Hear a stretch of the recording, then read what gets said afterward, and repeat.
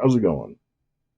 Well, we left off everyone's favorite titular character, my second insert character, Gallon II, and his early life. Now, we went over how he had a falling out with Cubic over his father's funeral slash coronation. And we also went over how his father established the Ranger Corps as basically subterfuge as a military scouting force while claiming it's about surveying. Now, the techs did share all of their findings and survey equipment, maps, what have you, with the Trox because they're good neighbors. Except to these guys. The Norks, we live in Ogden here, they're about to get fucked sideways. Now, there are multiple reasonings behind this. One is that deep down, Gowan II always kind of wanted revenge for the people who, from his point of view, drove his father insane. Um, you could argue he was insane to begin with. They were just so triggering he couldn't, deal, basically. His entire life, his father trained him in the ways of warfare. Like, he is a war king. Like, the whole justice thing was kind of took second fiddle to that. Uh, it was basically just pre-wrote that he is to invade Octon and basically quell the Norks, de-Baylorize them, essentially. Basically, in a word, in a phrase, cultural imperialism. We have deemed your culture to be inferior, so we're going to subjugate you and impose our culture on yours. And a good time will be had by all. It is never what happens historically when that goes down. Um, so, you can see we got a little map here. I drew it myself, which is why it looks like crap. Wanted to go with like an old-timey like parchment feel. It is, of course, drawn on the illustrious illustration tool, Paint 3D. Um, so you got the southern most southwest part of the Tech Nation, abutting the South Trot Commonwealth. You see up there in that little corner, there's a little tiny water town called Watern, and that's literally how you. It's literally like how the British pronounce water, and they're made fun of for water. There's no T in there. That's kind of how you pronounce that. It's Watern. The T is almost silent, and there is an apostrophe in it.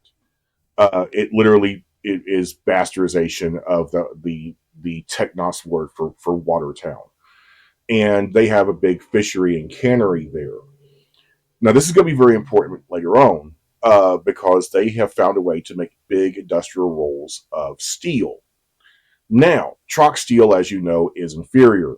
It is pretty much only good for canning, making pots.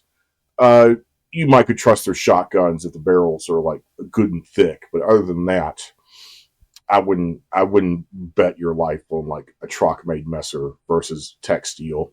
It's probably going to break. But Gowan II started making moves that made the Trocs very, very nervous. First and foremost, he got really buddy with the barons and the merchant guild, which previously he basically would show them the door if any of their representatives showed up, or even the barons. And he started purchasing a bunch of stuff like rolls of this inferior Troc steel that's only meant for canning. Why are you doing that? I thought you hated our steel. We thought it was beneath them. Um, love it when that happens. I swear to God, there must be some bastard who goes to the grocery store and like grabs a random 12-pack of beer and just shakes the living hell out of it like a British nanny, and then puts it back in the cooler. If I find you, I'm gonna kill you. It's like it's just no. I have to. I have to. You're harshing the beer, sir. That was, of course, satire, but yeah.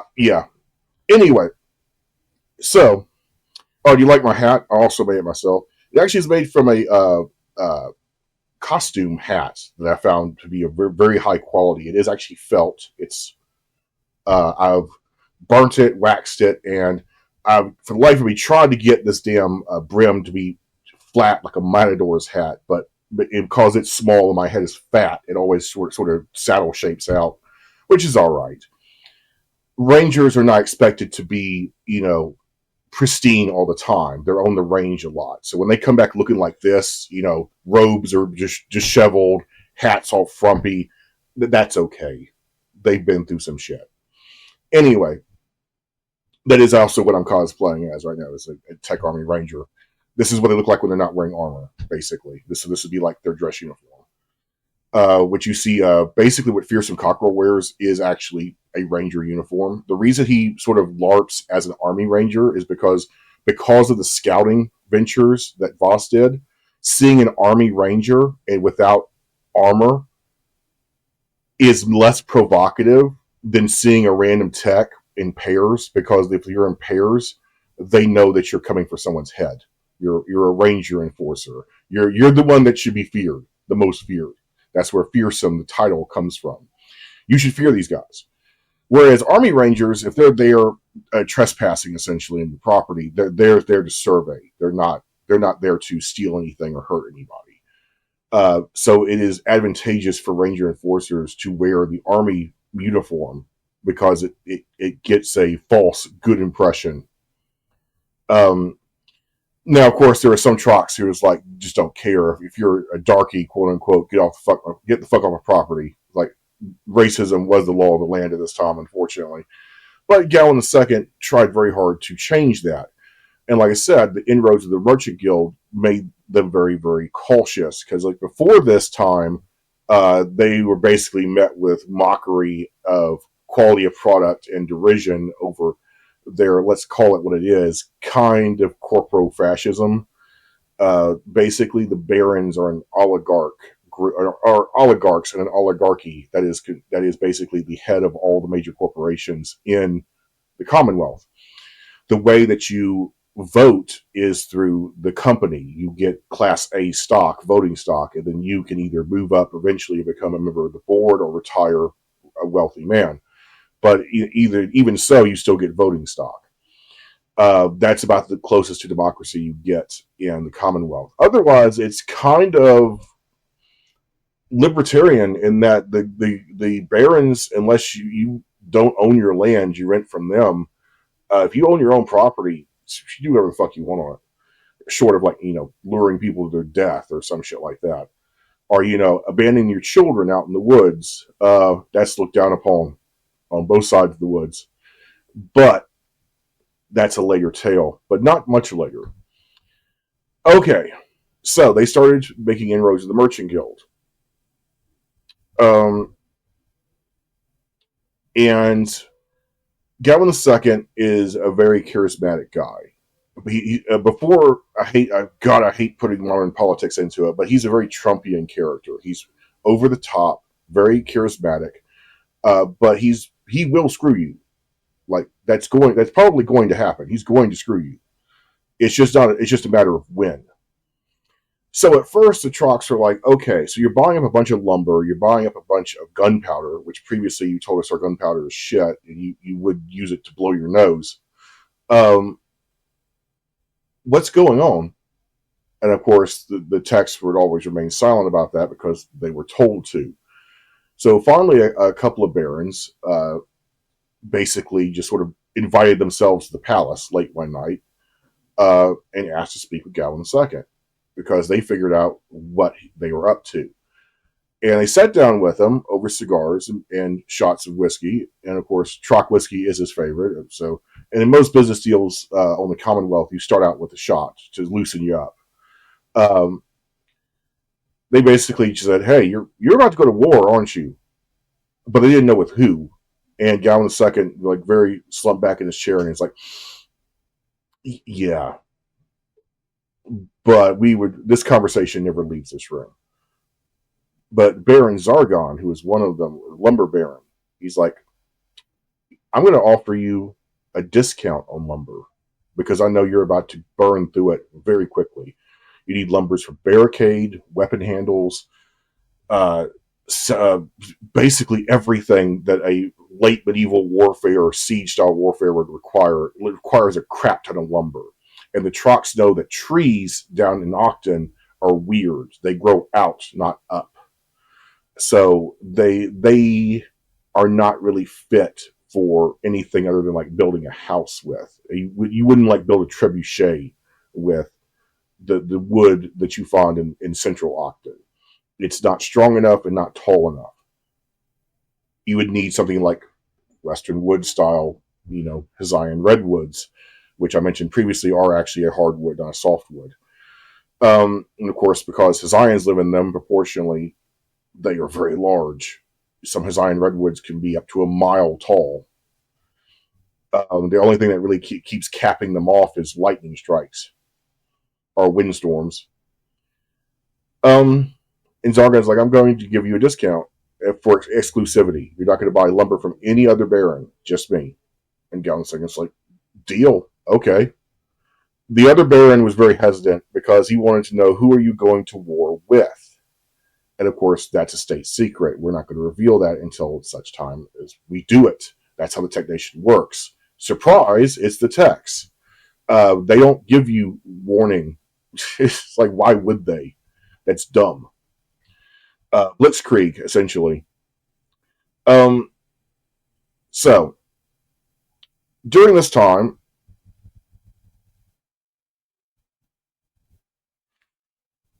several titular things happened to Gal II.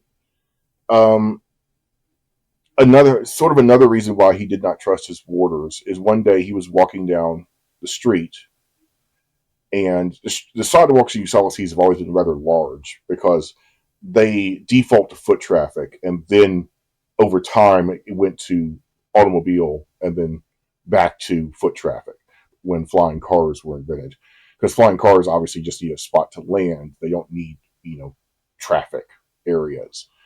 And with AI, basically air traffic control, you tell it where you want to go, the AI flies it for you. Um, so there's none of this George Jetson crap of skirting the lanes, which makes no sense in the first place. It's like it's all sky as long as it's clear, just go. I've never understood the idea of sky lanes in the Jetsons. It's so dumb. Anyway, I'm still trying to keep to a little script here. Glancing down at my phone is what I'm looking at. Okay, so as they round the corner, there's this very, very jacked young man with a very intense stare, smoking a cigarello, basically the closest thing they had to cigarettes at that time, which is like a thin cigar. He's waiting on a cab, as many people do. And he has a big hammer with him. He's a hammer boy. A hammer boy is like below an apprentice blacksmith. Basically, they pound steel all day. They are the muscle. And every once in a while, the master blacksmith might teach them something. But that's about it. So this is like entry-level blacksmithing. Hammer boys were paid crap. Their arms felt like they were going to fall off after their shift. It was a shit job. It was a working class job. But of the working class jobs, it was dangerous, therefore it paid the most. You can set yourself on fire from the sparks that come off of the iron that you're pounding. Hammers fly off, hammerheads fly off, and can hit you and kill you. Not to mention all the various vapors you breathe in for the blacksmithing process, from the forge, microparticles from grinding, etc. Now, I did mention that Techs do have an idea of occupational safety at this time. So when he would be pounding steel, he would have a cloth mask and even primitive goggles. But that's about it. It wouldn't be like a full-blown respirator like you would wear nowadays. And the goggles were pretty much just regular glass, so they could fracture too and go into your eye. Not much protection there, just more of a sense of protection. All right. This dude, his name is Victor Hykos. Now, you may remember there's a Lord Hykos in Revenge of the Forsaken. He describes himself as Galen II's right arm and mouthpiece. He, at that time, was a Lord Consort. A Lord Consort is the highest level of appointed Lord. In other words, you are not a family member of the Triarchy. You are appointed to that position by a Triarch. You are essentially like a Secretary of State. You can do things in the Triarch's stead that a normal person can't. Or anyone appointed below you cannot. You can sign paperwork and seal it as though you're a Triarch. You cannot vote in the Triarchy because that would be a breach of etiquette. There are only 3 Triarchs. But what you can do is, let's say, something of lesser importance. Like, let's say you want to do a meet and greet or something, but you still need someone to do the paperwork back at the palace. Well, guess whose bitch ass is doing that paperwork? You, my lord. You are going to be doing that while the king goes to press flesh and smooths the goddamn journalists. Because he needs to be in 2 places at once. There's a lot of bureaucracy and a lot of paperwork. This is one of the things that Korra was shocked by, is that the king does paperwork. Yes, Korra, in the Triarchy, there is accountability, therefore everything is written down. You can't just do shit. Every Triarch who has just done shit usually ends up paying a heavy price for it, because they're overstepping their bounds and they're being tyrannical when they do that. So, Galvin II and his warders approach this dude, and Galvin II, being a little shit, so his equivalent biological age was probably like 16 at that time. So this is a few decades after his father's death and his coronation / funeral. And he says, "Make way." And Vic Hykos is like, "There's plenty of room over that side, sir, my lord. Sire, like, however the fuck I'm supposed to address you." Kind of being disrespectful, but at the same time being very polite and also stern. It's like, you can just walk around me. I'm literally on the edge of the curb. There's all of this space over here you can walk. But you see, you're in the king's way, so you need to make way. That's the way Galvin II saw things. So he ordered his warders to remove this man. And of course, Hykos is like, okay, now you're just being an asshole. So with his hammer, he disarmed the first one and basically bludgeoned the shit out of the second warder. And he was about to go for the king.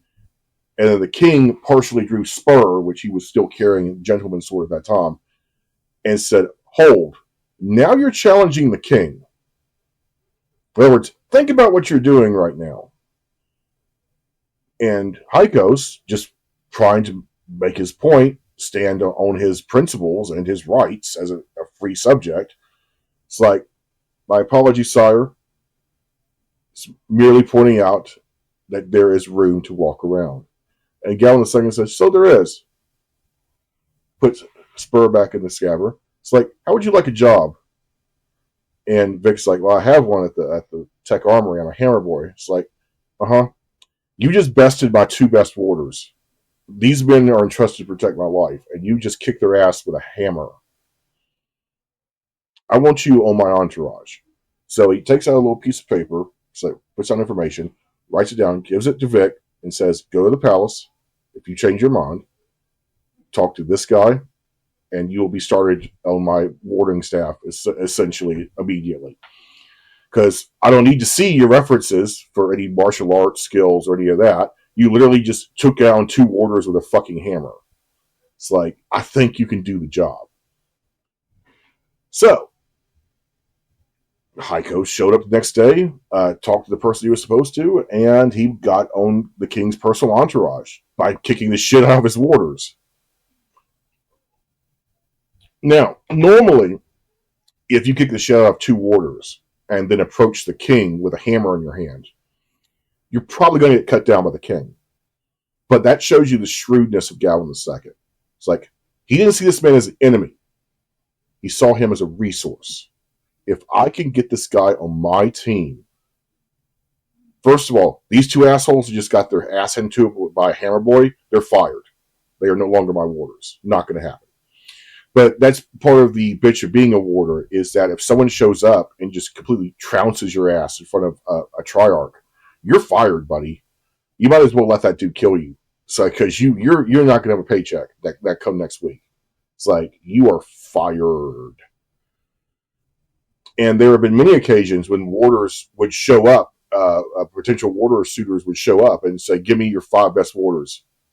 Consider this in the job application," and they would proceed to kick the shit out of them.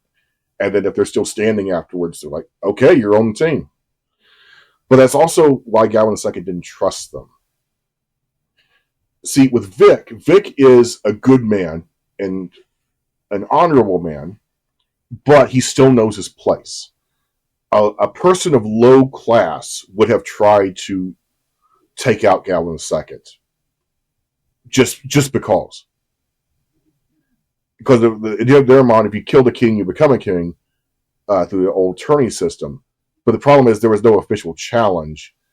And if you just killed the king on the street with a hammer, that would look really bad. The Triarchs would probably just try him for murder. They wouldn't recognize any type of claim to, the title. Because there is a process for that. You have to announce yourself. You have to proclaim the challenge. There's a whole thing that goes along with that. Randomly killing the king on the street does not mean, oh, wow. Oh, Mike. Your trash can fell into. Lovely. This is why I can't have nice things.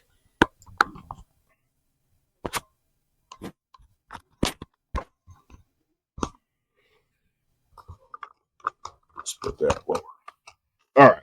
Hopefully it does not sound different now, but like I said, killing the king right then and there would not have gone well for Hykos. They probably would have just tried him for murder like any other assassin.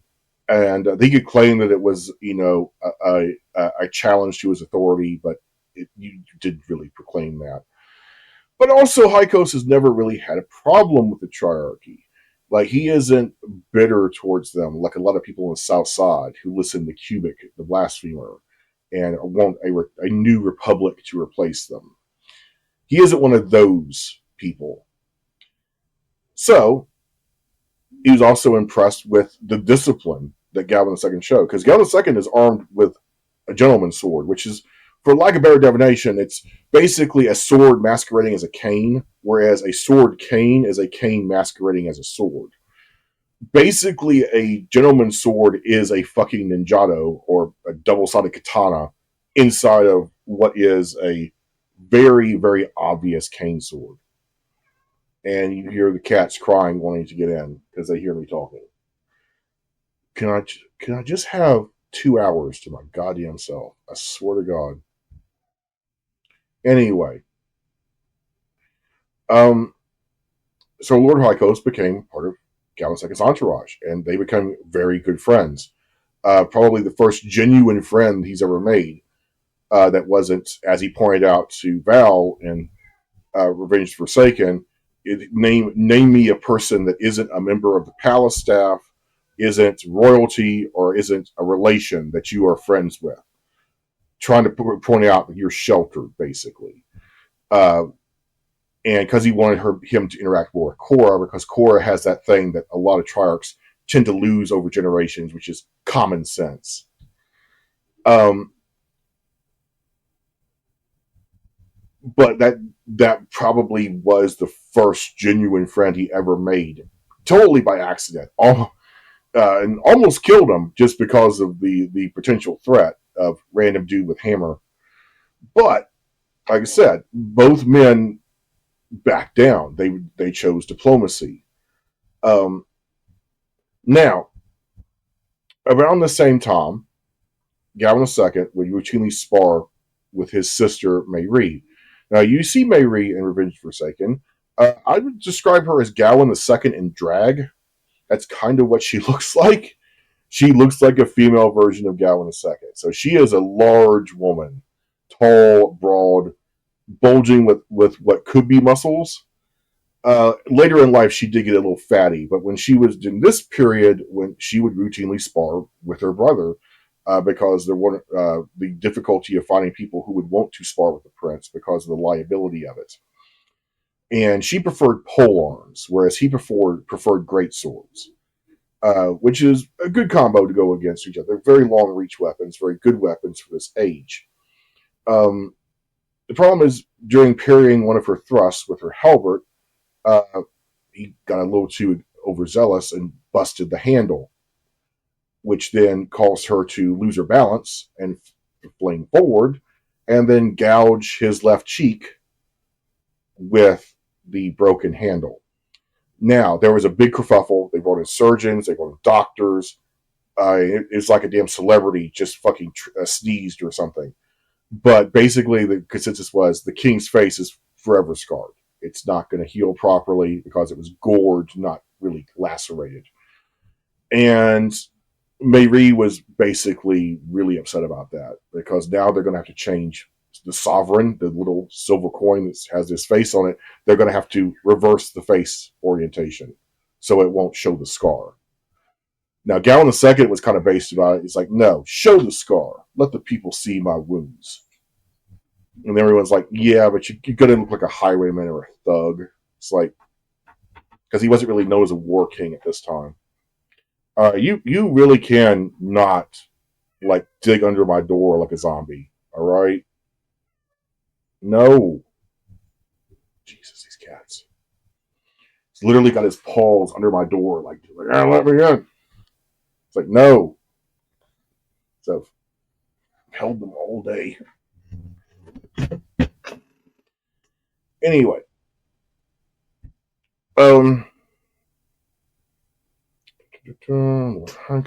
Sparring accident.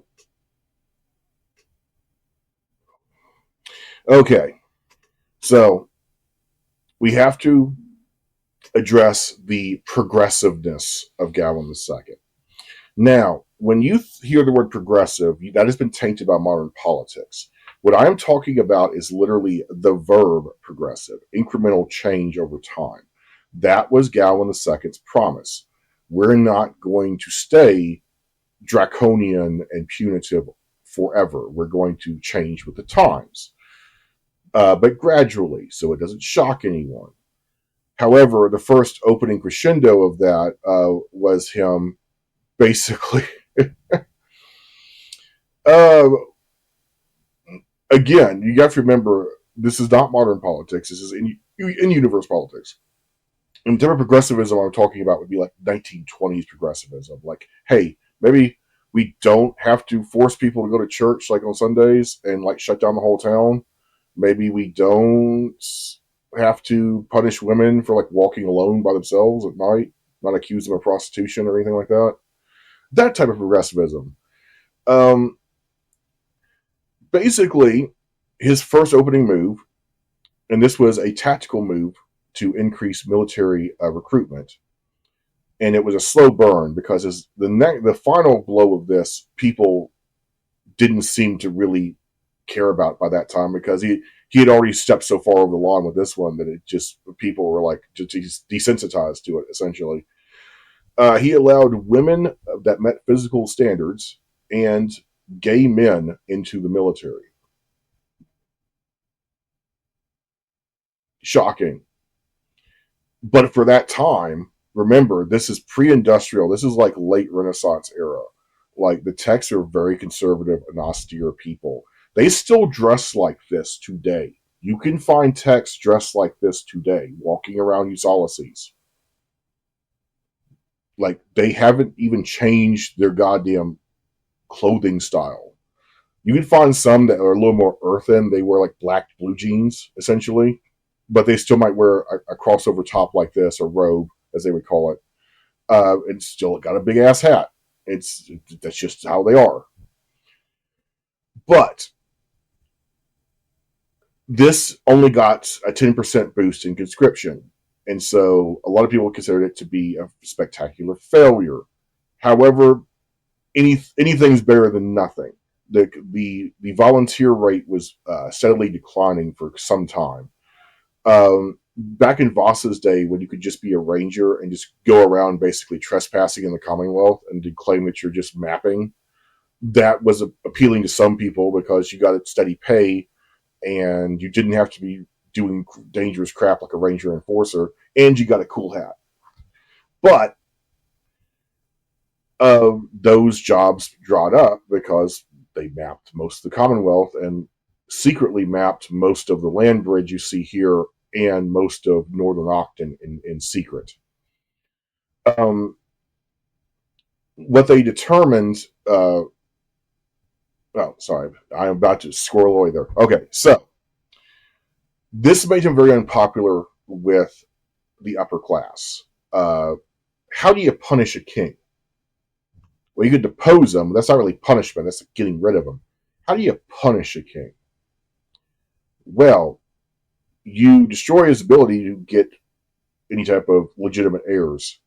So basically, there will be no dating or courtship for the McGowan family, essentially. That is one of the problems that Val was staring down the barrel of in Revenge of the Forsaken. Is not only is he a hermit prince, people are still leery and shunning, half shunning, half leery of his father, Gawain II, because of these crazy progressive moves he did. Now, if you're wondering, yes, the military is under his purview. He could say, all clowns will be conscripted to be in the military. It doesn't matter. That's his purview.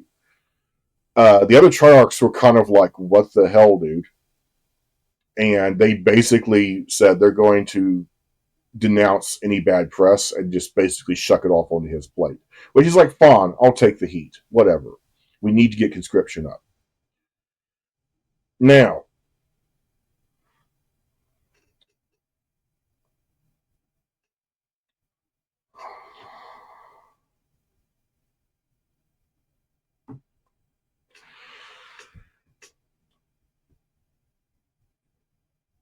the second thing he did, the one that he's most remembered for, and to this day you can find memes about it on the Panjian internet, either claiming he was super based or incredibly tyrannical. Gawain II got together drunkenly with the other Triarchs, and this was a trick that he learned from his dad, Voss, is that if you can get the other Triarchs drunk enough, they'll agree to any goddamn thing. And that's one of the problems with the Triarchy, is that sometimes they would get totally smashed and then decree something into law that later they totally regretted. And a lot of times would have to be repealed, like almost same day. But the argument he used was actually pretty sound. The birth rate is declining. Conscription in the army is declining.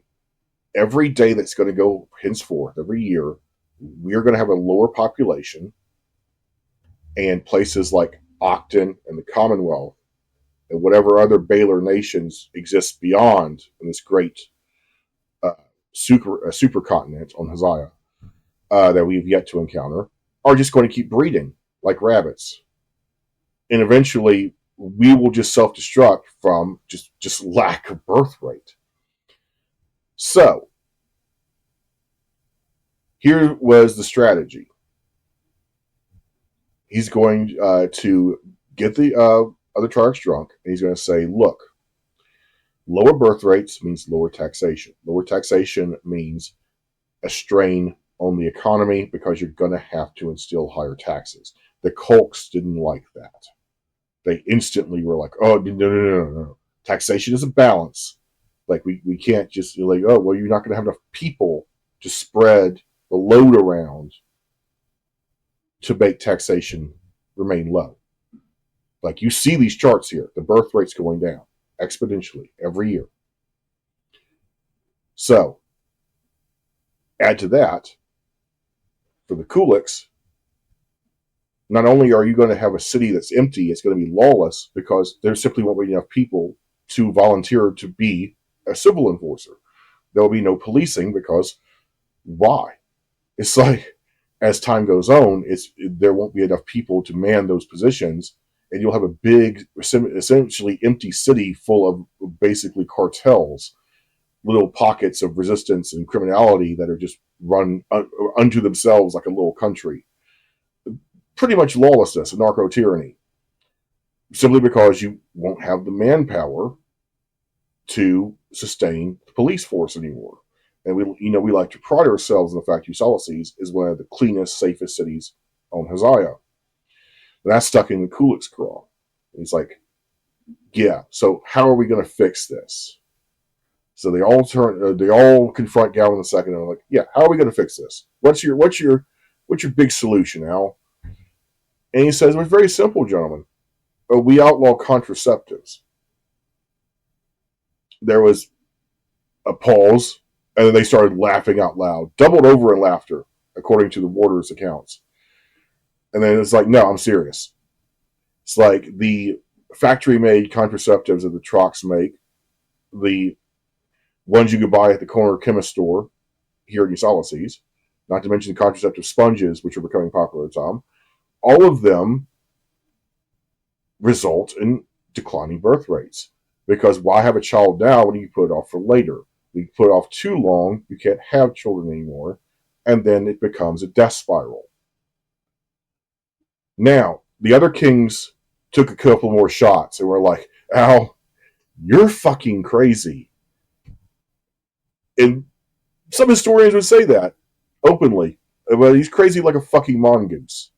Because over the night, he convinced them to all vote on it. And by the dawn, he got them to unanimously agree, yes, we're outlawing condoms. But that's the cover. Here's why it's a cover. He knew it was going to be repealed almost instantly. However, the other triarchs, punished him by keeping it on the books for a year just to fuck with him. So they could all blame him. It's like he could coerce us with a bad argument, but we're going to let it stew, and we want everyone to point the finger at Gowan II. This was his idea, pun intended, his baby, and now I want everyone to see it and recognize it. That was the Kulik's official statement on it. The Kulk just stood there back like he normally does, just nodding his head in agreement. Basically, again, it was Gowan II's idea, but it was also cover for what the next thing he was going to do. The next thing he was going to do was forced conscription. The draft, baby. And now women and gays can be cannon fodder because we can conscript them too. Now, when people started receiving their letters of conscription in the mail, they were confused by it. It's like, this can't be official. So they would go down to the palace and talk to the magistrates. They were like, yeah, it's official. Like, your report for duty at, where did it say, South Barracks? Yeah, you need to be there. Otherwise, it's desertion, which has the same penalty as being an outlaw. They'll send ranger enforcers to kill you. So, report for duty. Or else.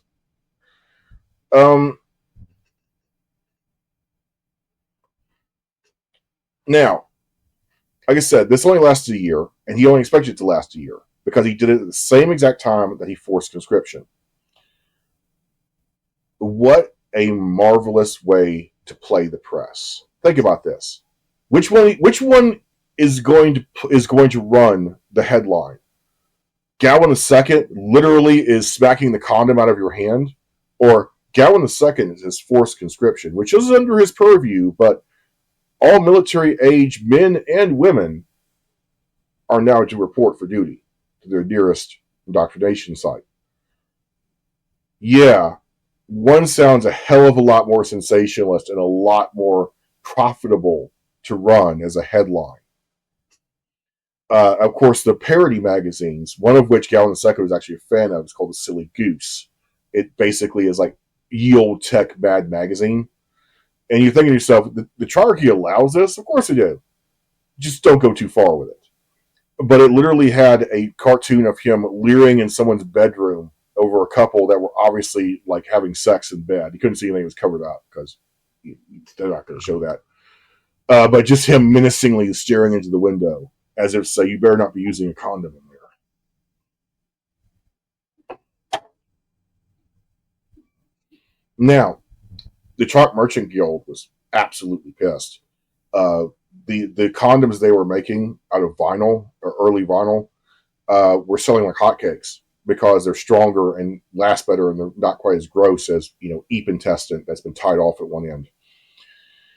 Now, yes, you could use that, Anyone can make their own, but it's gross.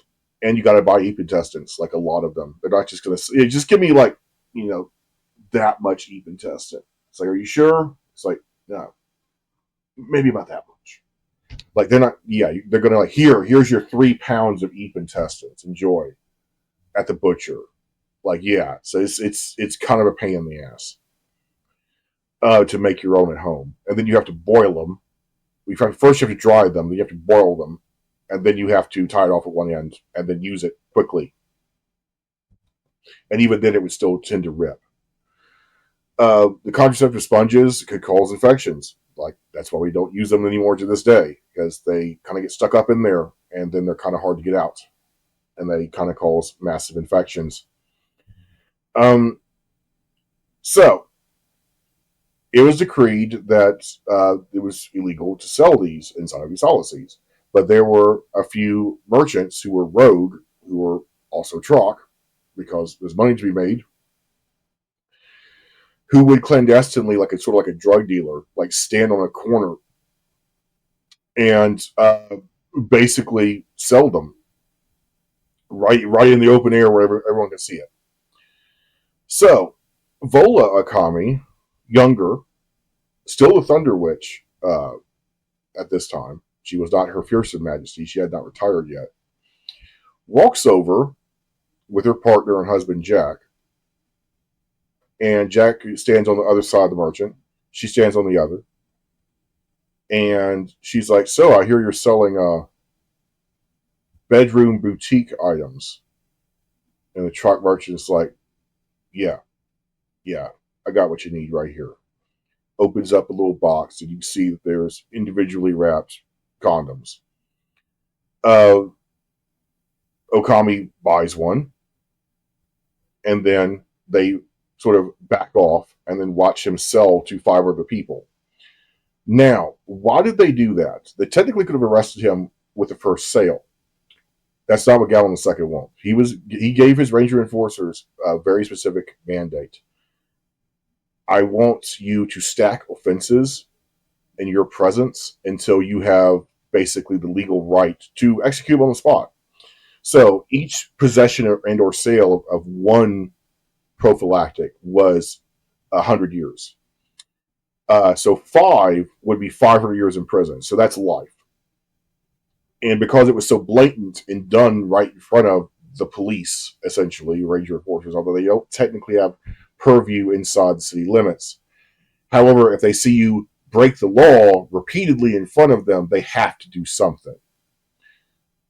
So what Okami did was basically go back up, and he thought, oh, double sale. Like maybe they talk amongst themselves, they're going to buy more, stock up. But if you know Okami, she is known for carrying a sickle that she got on one of her many hunts, and that she basically uses as a melee weapon / beheading tool.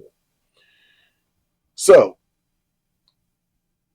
the last thing she said to the merchant before putting the sickle around the back of his neck and palming the front, sorry, caused a little bit of green blue screen effect there, instantly beheading him, was Gallon II says hi.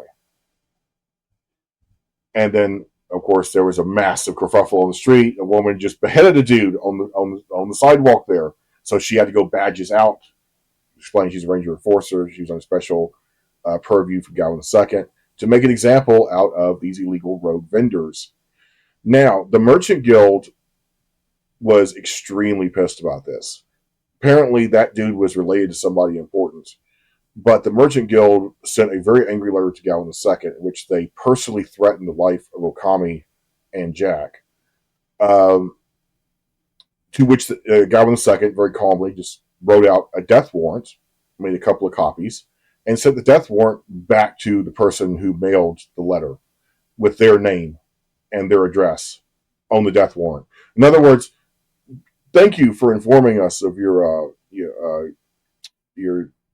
say, disagreement over enforcement policy. Let's call it that. Enjoy being hunted down and killed.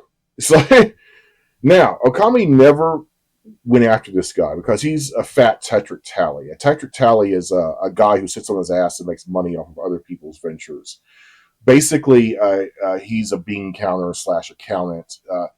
Tetric tallies are noted for not really being true entrepreneurs. They didn't work their way up, like, say, Bonfetto, starting out of like a little caravan and now has a factory. These guys literally just sort of do the paperwork and administrative work for a lot of companies or individual merchants, and sit back and just or collect a percentage. And that's why they're sort of looked down upon. So a tetric tally is sort of derogatory. Basically, it means you're a person who makes a shit ton of money but doesn't really work for a living, which is a good way to describe the merchant guild member who sent that threat. Now, it's the only DW that she ever did not collect on, and you actually can see it on her office wall behind her. It's a little square one like that. That's DW. It looks like a receipt. She didn't collect it because one day he was leaving his manor house and a shot rang out and knocked his hat off. And then he immediately ducked back in the carriage. And then in the carriage, he saw that there was a through and through hole through his top hat. And it's like, that was Okami saying hi. So scared the shit out of him, but never really took his head because he's just a fat blowhard. He's not a criminal. He just thinks he's important because he's rich. But Okami put both him and his rogue merchant in fucking place. So that was the last time you saw rogue merchants selling illicit prophylactics on the street corner, because Okami put that shit right dead nail in the coffin where it belongs.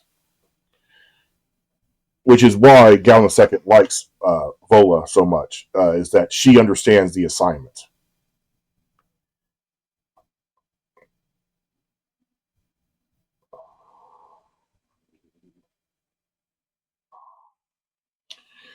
All right. So, here's the part you probably all have been waiting on. In PGH, it says very vaguely that Queen Fren Eos. Let's talk about her for a second. She's a very interesting person. First of all, Fren is a masculine name. For the most part of her life, to protect her from the Bandit King and his Knights of Banditry and their rapey pursuits, she was believed to be a young man. Like, she was very tomboyish. She would bind her breast to hide in plain sight. A lot of women, unfortunately, did that in Bailament to protect themselves from the Knights of Banditry, because the pact they made with the Eepers was that they would not rob or steal or kill inside of Bailament. They didn't say anything about, the other thing they were notorious for. A little surprise, yeah.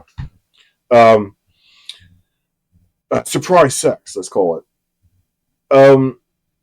So to protect herself, like many young women, she would pretend to be a boy. So she always kept her feathers really, really cropped short to where they couldn't be grabbed. They weren't fluffy like most tech women have them. And she wore very simple clothing, like just a gray tunic and like leggings and like very simple shoes. Even though her mother was actually one of the richest people in ancient Baelum at that time, she even had a disguised hovel. Her hovel on the outside looked just like any other shanty there, but once you go inside, it looks like a little modern tech household. It even has fucking plaster on the walls. Lord Hykos, when he first visited there, although he was Warder Hykos at that time, head Warder Hykos, got a promotion. When sent there to retrieve the new Queen Mother after the selection process we're about to talk about, he was absolutely flabbergasted by how neat and clean and nice looking it was on the inside. Think of it as like, rather than a space and time, it's like, quality of house, TARDIS. On the outside, it looks like a fucking porta potty. On the inside, it looks like a mansion. That's how Eos's little shanty was. She had porcelain and fucking fine china in her cabinet because the Aoses were pawnbrokers, and she's also one of the first people expelled, if you remember, under Voss. And so she had time to get connections, establish herself, and the Aos are not going to like let her rot in Balaam. It's not going to fucking happen. She's family. Not only is she family, she was beloved family. But Friend, as a child of the expelled, had no marks, so she was free to go into southern Ulysses and find work and bring money back to Mama, essentially. Um, she would also have to pay, unfortunately, the old man Cubic, who is her father, uh, who basically studied her, or not studied her, studied her into existence. Is basically if you wanted a child quickly, Cubic was there to offer to fertilize those eggs for 10% of anything the child brought back, money wise. Got to pay daddy after all. So Cubic was secretly one of the richest men in ancient Balaam. Although, as much as he rolls around in baggy clothes and looking disheveled, you'd be damned to know it because it's a facade. The people of Balaam want to look downtrodden and disheveled so that it makes the triarchy look bad. That's the subject for their time. I'm going to do an expose just on Cubic. He is such an interesting character and is such a psychological master manipulator. I may do like individual things, say on Thursdays, of each character while drawing them, like in different stances, orientations, things like that, action scene, whatever. That's for the future. Now, uh, she was a water carrier. She would go to Fred Eos. She would go to the aquifers and next to the bathhouses, which, but at that time were very old and but still ran perfectly, like everything Techs build. Uh, would carry upwards of 16 gallons of water upstairs, into apartment buildings, into townhomes, and so that people there wouldn't have to do it. And of course, she would get side hustles along the way. Say, hey, will you deliver this package? Where are you going? Are you carrying water for them? Hey, can you deliver this package to them? I'll give you a 10 silver. Um, but one of the things pretending to be a boy that you have to deal with is basically muggers. They knew that coming back towards the end of the day, that this water carrier, this young boy, is going to be a pretty penny to pinch. They're probably going to have a little coin purse full of silver that you could rob. And of course, because they live in Balerment, no one gives a shit. They're not. They technically have protection under tech law, but it really depends on the civil enforcer you talk to at that point. Um, so she would routinely get accosted and beaten up by street thugs, essentially, which unfortunately still plague Balerment to this day. Not as not as bad. It tends to be more property theft, like scooters, motorcycles, cars. It's not like, hey, empty your pockets, because nowadays with electronic payment systems, it's kind of a pointless effort. Now, she was trained in a martial art that is exclusive to Balerment, uh, which is basically similar to Arnez or what is it? Forget the other name of it. Basically, it's Filipino stick fighting. God, I can't remember the name of it. That annoys me. I hate that. Anyway, but you've probably seen it before in many action films. You got the two sticks that are batons about that long, but usually about the long length of a forearm. And they would also use what we would call nunchucka or nunchucks. They would call a carpet thrasher. It's literally just a carpet beater as a melee weapon, and it was pretty damn effective if you knew how to use it correctly. These are two very Balerment martial arts because the only thing you really have to fight and defend yourself with are sticks. And sometimes you can afford a little bit of chain or a little bit of leather to put two sticks together to make a carpet thrasher, and but use them as nunchucks for self defense. And she was damn good at that.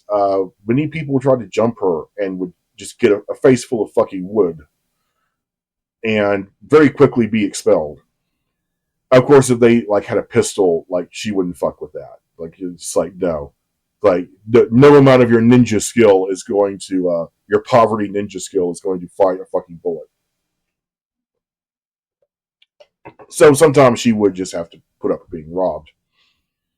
But she was very tough, and she would fight. She would fucking fight you if she thought she could take you. Um. So one day she's in town carrying water, and she gets a side hustle to carry a package. So it's to a place she'd never been before, but it's along the way back home. Sun is closest setting. So it's end of the day sort of vibes. And she sees a warder, a congressional, not a congressional, later congressional, but a triarchal warder, and a footman that also has a triarchal triangle on his riding coat. She had never seen one before. She's never been downtown to where the palace is. And they're hammering something on the bulletin board by the aquifer. And she's like, well, what the hell could that possibly be? Is we're probably going to war, aren't we? Or some bullshit like that. And because remember, she had just barely just heard about the forced conscription, which she's immune from being a child of Baylorment. Um, Ironically, also, she probably wouldn't pass the physical standard. She was a rather small woman, which is again why she would get targeted by muggers so often. They thought she was an easy mark. Now, friend comes up and sees this crazy, vague flyer. It says, "How would you like to be a queen of the triarchy? Come to this address." And the address was literally basically the back door of the palace. Tells many friends who are of the Gallon Second's age, basically. The way they put it is that you must be presentable, pretty, and fierce. Now they said fierce, but that's again very vague. What the hell does that mean? But she's like, oh well, I kick the shit out of muggers all the time. I'm fierce enough. So she took the flyer back home to her mother, and her mother said, "Wait until you hear someone else go through that process and see what the hell is going on." So she waited, and there were 5 selection processes involving around 10 plus women who would show up. Now, these were conducted by the Sisters of Gawain. The Daughters of Gawain is what they call themselves. But Gawain II's sisters, essentially. The Princesses of Ulysses. And they are a very, very imposing bunch of women. Like say, you've seen Mayri. She looks like Gawain II in drag. Ma is not much smaller, but more pleasant, less mafioso. And then there's Mira, who is blind. She claims to be blinded by her patron goddess Mira, which she's named after, and wears a veil to hide her cataracts, basically. But you still see she's very pretty underneath that. It's just she's blind. All of these women are witches, so like they're not just reading you like body language wise, like they're getting your vibes. They're getting a feel for your soul, essentially. And that's how all of these women report back feeling. It's like this is some weird some weird type of almost like a job application. Like you have to sit there and explain yourself.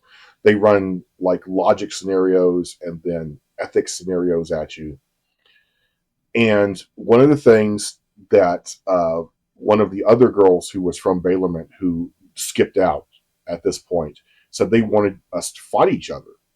Like just as, sort of like a match you would see for like children at the Marshall Academy, which is currently the entry I'm working on, which is education. So basically padded gloves, no shoes on. basically that's what the fierce part meant. You're a warrior queen. You must be able to fight, uh, at least hand to hand, or have some martial skill whatsoever.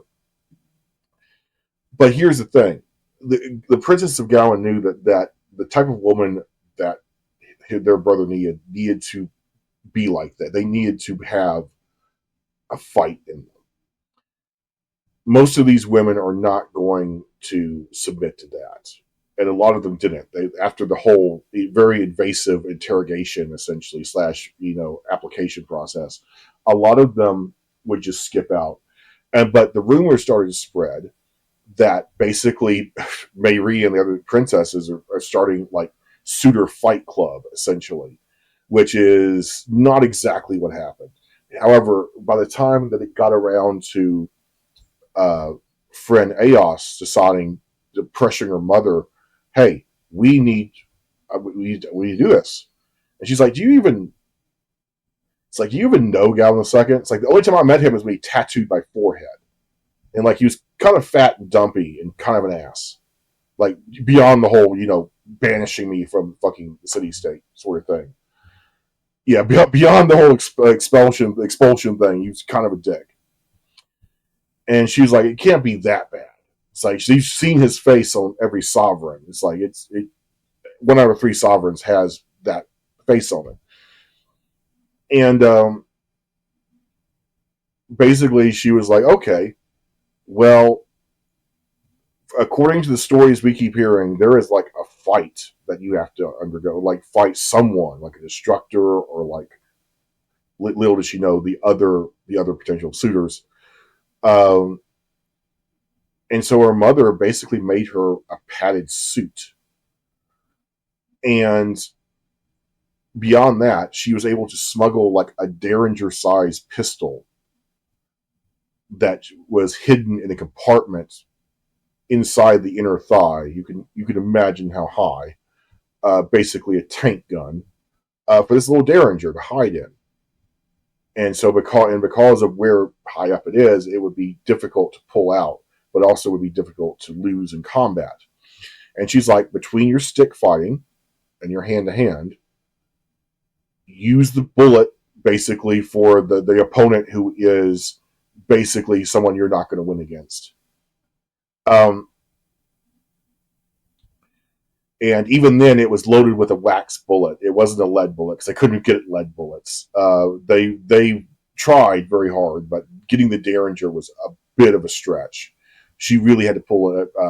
Mama Aos really had to pull in some contacts for that one because Bailament, you're not supposed to give them weapons because they don't want an uprising of the expelled. Now, in this final selection process, the it got a little Roman, like Roman circus on this shit. The games, basically. The area that they were told to meet up, she was, of course, the only person who showed up in a padded suit. Everyone thought that was really weird. Why are you wearing a padded suit? And she was like, you'll see. Because she knew from word of mouth that there is going to be a fight. And that's usually where everyone ducks out. So she came to win. Not only is she armed with what was essentially a less than lethal pistol, she's got a padded suit and her fighting skill. So she's not walking away. She's going to be the queen. Now, she was informed through the scuttlebutt while waiting outside of the previous winner dying of their injuries from the fight. They proceeded to the fight, and it was basically 3 versus 1, and she won, but she was Trock. And allegedly, Galvin II took one look at her and was like, yeah, no. And sent her home with a bag full of silver, which is the booby prize. That's also one of the things that she heard, is that even if you lose, they'll give you a bag of silver just for your time. So she's like, it's win-win. It's like, I either get a nice nest egg to live comfortably in Bailament, or I become the fucking queen. It maybe even pressure the Triarchy to...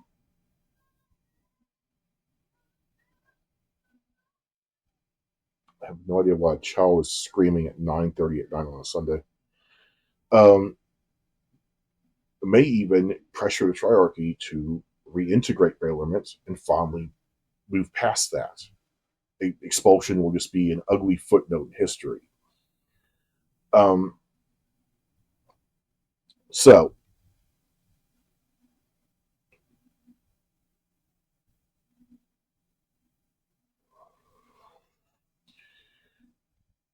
the contestants had the obligatory sit down with the sisters, and they found Friend's suit amazing, absolutely hilarious. And she's like, you're here to fight, aren't you?" It's like, so you didn't think there'd be like questionnaires or anything. And they're like, she's like, "Yeah, well, I figured most people dip out at that time, so that's where I would sort of like make up basically for our failings here." And Mayri really enjoyed that. So did Ma. Amira was like, "You're hiding something. I know you're hiding something, but I don't know what." And she was probably referring to the hidden pistol, which should not have had on her while in the palace. But so then they're shown to the selection area. There basically was 5 women who made it through the questionnaire part, and inside this round little courtyard on the back side of the palace, you could see it in the map I drew. I believe it was the Dark Palace for Revenge of the Sagan. Yeah, I drew a little map of the ground floor of the palace, and it has this little round aquifer. It used to be just for water storage. It would catch rainwater, but the palace since then had upgraded to pipes, so they didn't really need that. And now it became sort of like a small training area outside for like if you wanted to like spar, or in this case have like a handful of suitors like beat the crap out of each other for the hand of the king. Now, above this was an observation balcony, and yes, sometimes the sisters would look down and watch like a Roman emperor, but other times they would not. It wasn't always about spectacle. It was about just making sure everyone was following what little rules there were, which there were no rules. That was the great trick, is nothing Friend did was technically cheating. There were no officially stated rules for the combat section. Now, it got to be that they were brought to this aquifer, and they were shown that there's 2 doors in. There's a double doors, which are going to lock behind us. That brass ring on the other side, hanging up on the handle. Whoever possesses that, brings it over to this door, and uses it as a knocker, will be let back in. They are the winner. At any time you wish to leave, there's a spring-loaded steel door that goes to the back alley behind the palace and then leads back to the central market. No shame in using it, but once you leave, you can't come back in, and you will not be reconsidered if you come back. That is basically the ultimate rage quit. It's like if you do not wish to fight for this, then obviously you didn't really want it that much, did you? Again, they were looking for a specific type of woman. So here's Friend in her crazy little padded suit, and she starts it. She starts it. It's like first punch thrown was from her. Manages to beat the shit out of 2 other women to knock out. 3 of them managed to scramble out the door. The remaining 2 gave her a pretty damn good fight. One was actually a Hackenbattis daughter. Think like Fia, like you see in Revenge Forsaken, although I haven't published that one yet. So she could throw hands. The other was a very large woman, sort of like Mayri, just really could overpower her. Now, she kept her at a distance because she knew that the power over skill wins over every single damn time. But for the last woman, she wasn't giving up, so she pulled out the Derringer and shot her in the face, which knocked her ass out cold, and unfortunately later killed her. But technically, there are no rules here. Was this a fight to the death? Who knows? It ended up being one. Now, Friend was very upset because she thought, oh my god, I just murdered someone in the palace. Like, this wasn't supposed to be lethal. So she very tepidly grabs the brass ring, walks it over, literally has to walk over the corpse of the woman she just shot in the face, and then very timidly knocks on the door. Lord High, not Lord High Coast, but the Warder High Coast at the time opens up, looks down at her. He's like, "Oh my! It seems someone else did not survive the selection process." Completely unfazed by it. Like it's like, oh, there's a corpse here. Whatever. Come with me.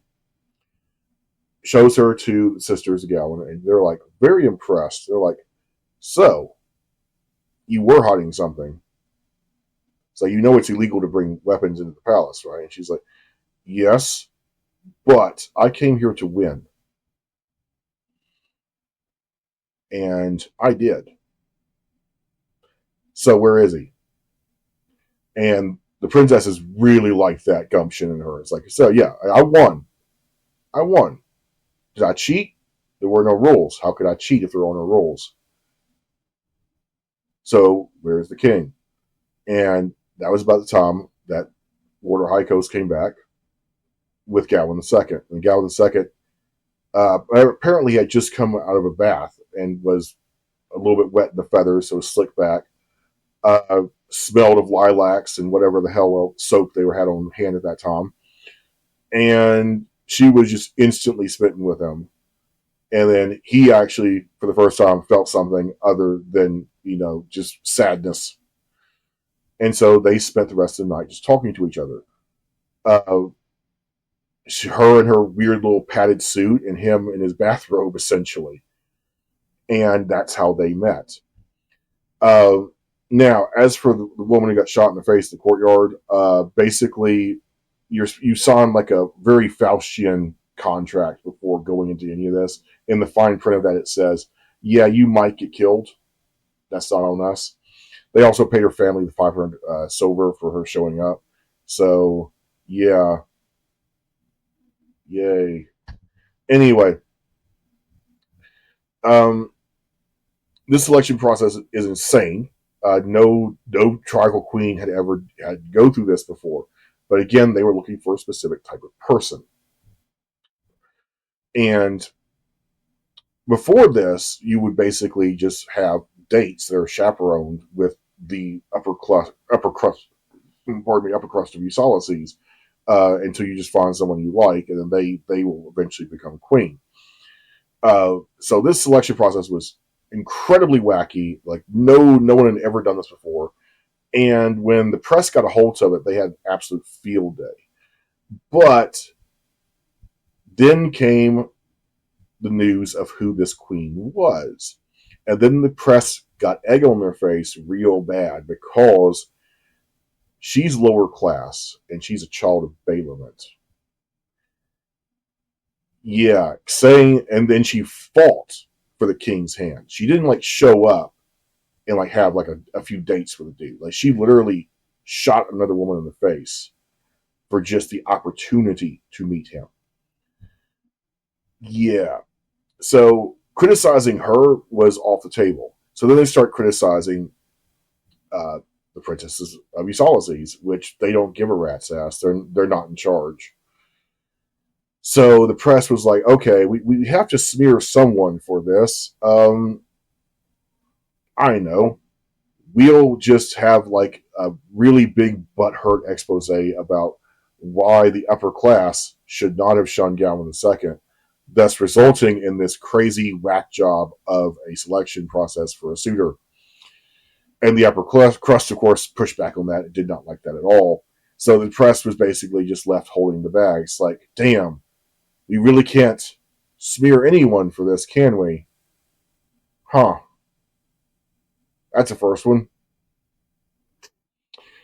So, of course, you could argue the morality of it. You could argue many things. But the simple fact is, if you shun the king socially, he's going to find someone who appreciates instantly being elevated to that station. This is part of the reason why Marie never had any legitimate husbands, is because if they became her husband, legally they were partnered with her, they become the Prince of Ulysses. And she didn't like that idea that just some a-hole could just become a prince just by marrying her. So she would have them sign similar Faustian contracts, to the ones the contestants were forced us on, basically waiving all their parental rights away and any claim to the throne whatsoever. They're essentially just a sperm donor. Um, Mayri was known and notorious for these Faustian style contracts. A lot of them would not hold up in court today for obvious reasons. Um,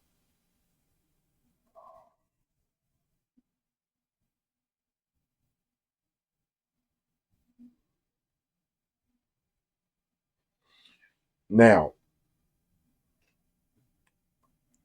the king was married. It was a big old affair at the palace. Lots of booze, lots of food, lots of entertainment.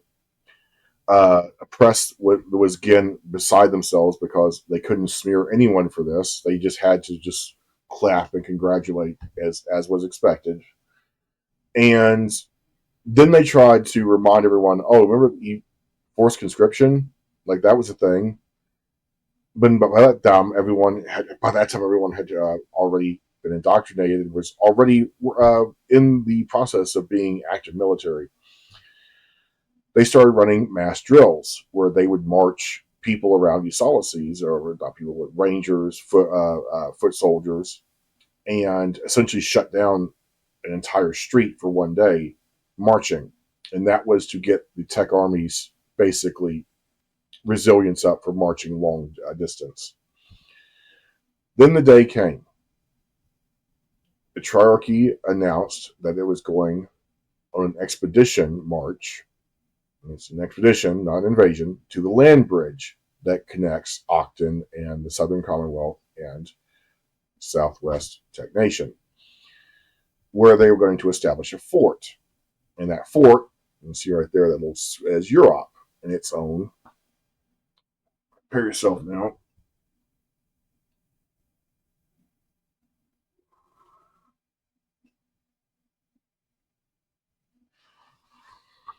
Hold on. There we go. So, before marching off, a few things happened. They wanted there to be a national color.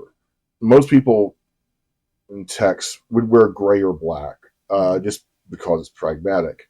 Black was a very common and cheap material because the Trox would prune Zirid mountain goats, their cashmere essentially. And of course, you can't dye the black ones. So they would sell it to the techs super cheap because they know they like it for their hats and their robes. And they would make, fine wool and things out of that. They'd also had certain design pillow trees that were grayish, not white, that would form their linens that they would make a fabric out of. But basically, blackening something was very, very easy. Basically, you just take black iron filaments and some vinegar, and you could blacken almost anything, furniture, metal, what have you. Now, there's also the intimidation factor of this huge black army just sitting upon your land, like almost like a cancer upon the land.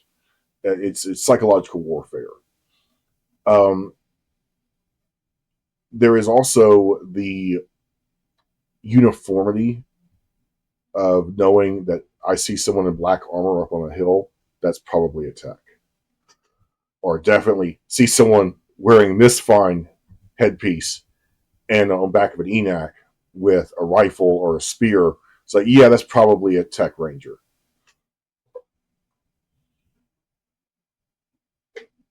Now, as you can see, Fort Europe was very simplistic. When I originally designed it in my head and wrote about it, I described it as like a porcupine buried in dirt. But then you see it's basically covered in spikes, bamboo-ish spikes. Those are to keep ENACs from running over it. I have no idea what that is about. You need to fuck right off. Wow, that was random. Anyway, random alarms. I swear. Um, Fort Europe is based on old Roman forts. They would dig in and then build up the walls from the ground that they dug up, and then create these, ramparts. And then they would either uh, put caltrops, or this, like in this case, spikes to keep cavalry out, people out. And then in this case, it has these weird sort of trap door, almost horizontal, uh, almost like gangplank or drawbridge style doors, and those are to prevent battering rams. Because if you try to batter this in, it's just going to slough off of it. They also are covered in nails and iron spikes, so that if you try to tread your enac or even on foot over top of it to get closer to the ramparts, you're going to get stabbed in the foot. Now, this forward observation base took some time to build. They again tried to make friends with the people who live on the land bridge, but again, they would just sort of scurry away. Uh, Again, that's probably the reasonable thing to do when the techs are coming. Is just run, especially if you're a Baylor. It's like they're going to find a reason to not like you. Um, it had two of these doors, one in and out, you can see there, and it had the latest in military hardware. So you had trebuchets, but you had explosive big cherry bombs, like this big around, like size of goddamn watermelons, or a basketball, filled with grape shot. And between the iron casing and the grape shot, you're going to get hit, and it's going to be bad. And your plate armor is probably not going to protect you. It's like and then the fact that they were so heavily drilled with the artillery corps, the artillery rangers, that they could overlap fields of fire and concentrate fire. They could literally lay waste to your armored cavalry just before they even get near your front lines. And the Techs, of course, enjoyed that privilege for most of the war. Is that their main ranks were untouchable by the heavy cavalry, forcing their foot soldiers and their enslaved or indentured servants that are conscripted to fight the Techs. And of course, they suck, so they're going to lose anyway. Um, but they needed a banner. They needed a national flag. Now, before this, the Tech Nation really didn't have a real flag that they flew. Basically, because it was seen more of an ideology than a nation. But of course, it needs something, because the Norks really like their flags. Like every fiefdom and even lordship has like their own variation of the flag. Um, so they just chose a simple black banner. It's like very simple. There were some alternates that had like the humble flying. That was a variant. There was another one that had just an inverted triangle for the triarchy, or some even had the full triarchal seal. A lot of times it would be warders who would fly those flags. It would not be like an army unit. But for the most part, just a simple like black banner was what they came to because they couldn't think of anything else. The humble one uh, almost made it to like the final rendition, and it was heavily considered because it's sort of like smacking people in the face with history. But then they remember that the Norks don't. They reject the whole idea of like we're you know changelings from another planet. We crash landed here. Oh, and it's you guys' fault that happened. They just totally reject that. They literally think they're descendant of gods or some bullshit. So that probably wouldn't fly or as well as they would hope it would. That would be something you use like more learned Baylors like the Trox, who have sort of like the Disney version of what happened. It's like we all came here voluntarily, and they're like, no, no, no, we didn't. So the army set forth, and again, no one was told. Everyone who was conscripted just said, prepare for a long march and prepare to leave home for a very long time.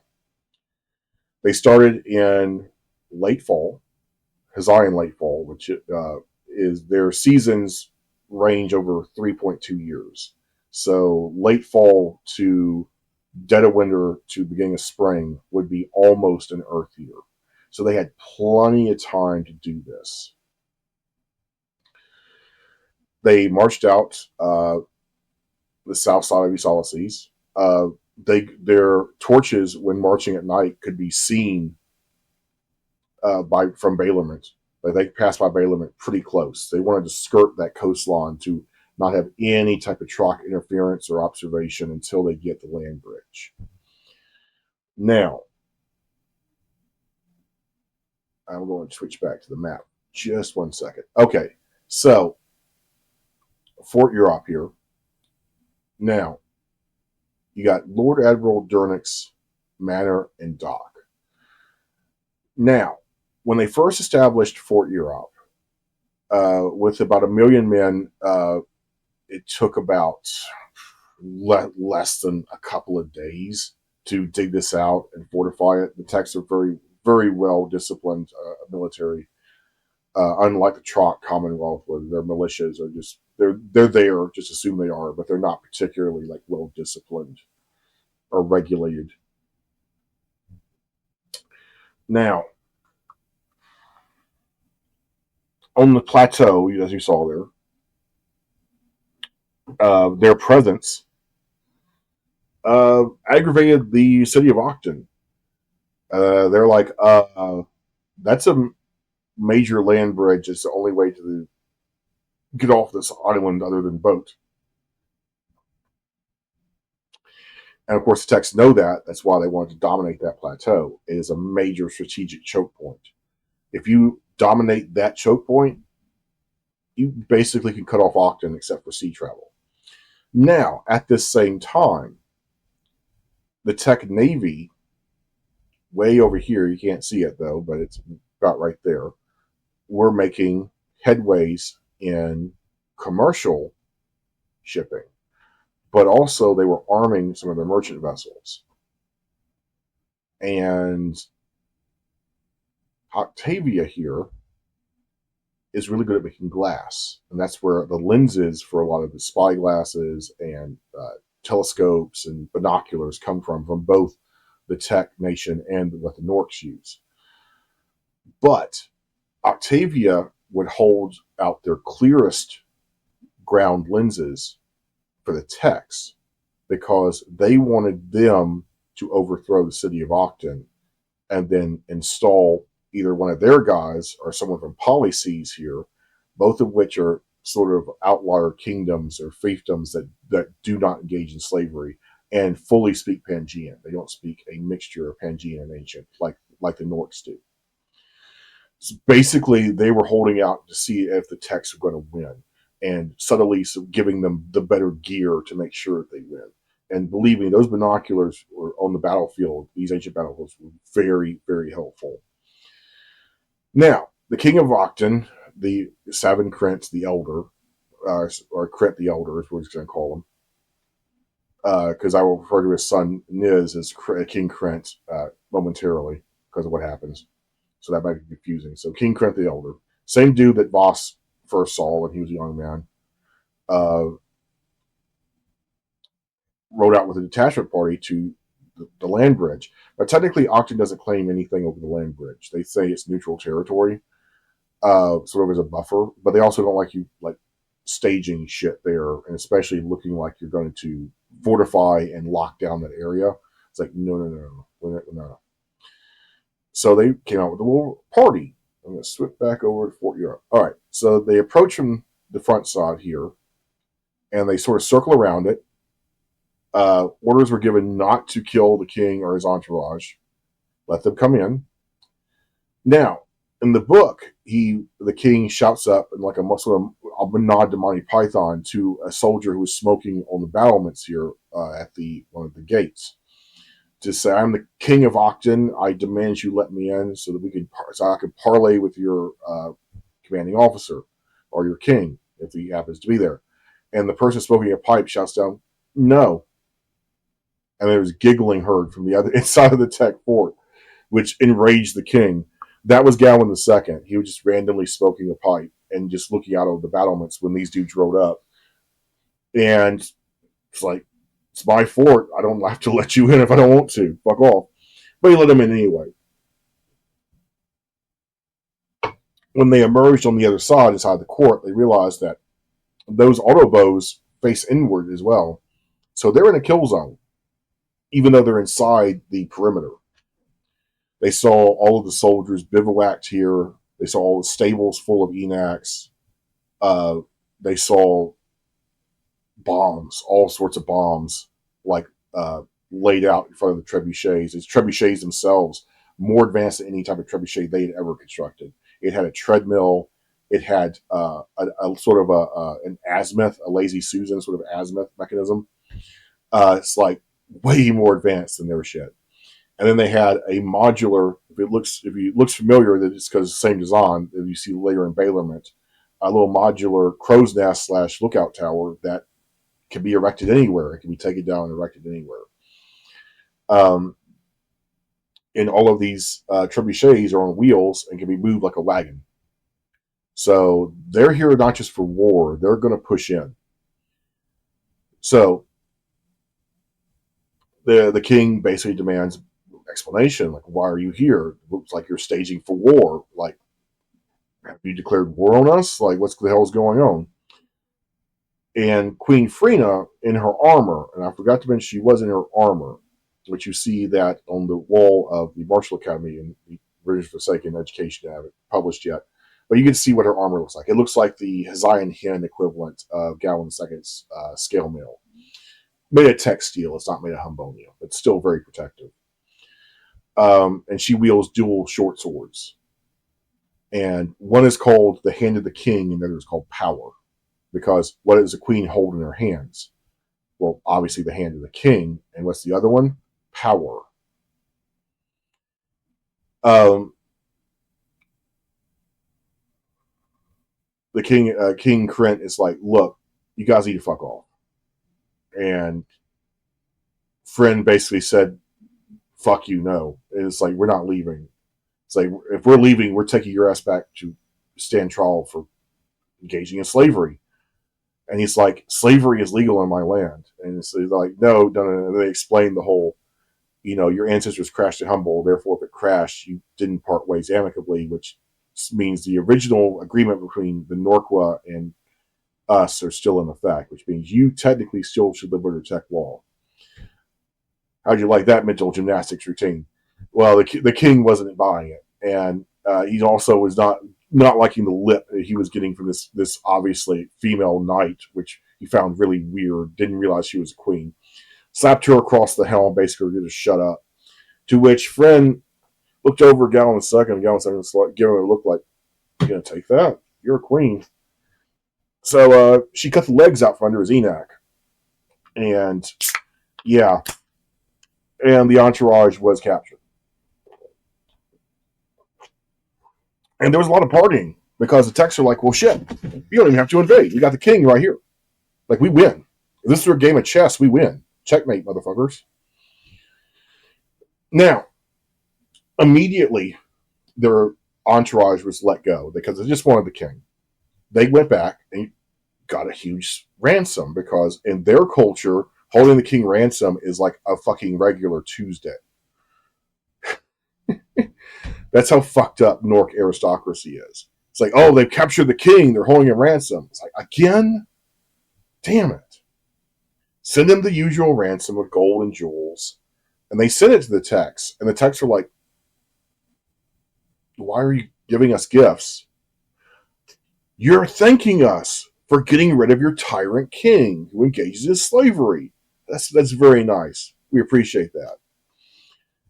And of course, they don't let him go because in their eyes, he's a criminal. There is no bail for his level of crime. Like, he has facilitated and allowed slavery to proliferate in his land. It's like, you're going to jail, dude. Probably going to be publicly beheaded after a show trial, which was the original plan.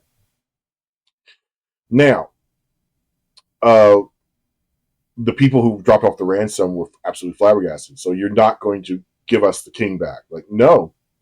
Thanks for the golden jewels, though. So they went back and said, so Prince Niz, your dad's being held hostage by the Techs, and we tried offering them a ransom, and they accepted it as a gift, not as a ransom, and they're still holding your dad, the king, prisoner.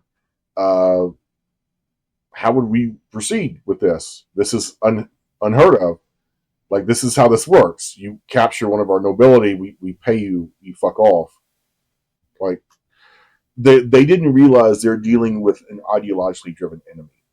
The Techs don't give a damn about wealth. They are incredibly wealthy themselves.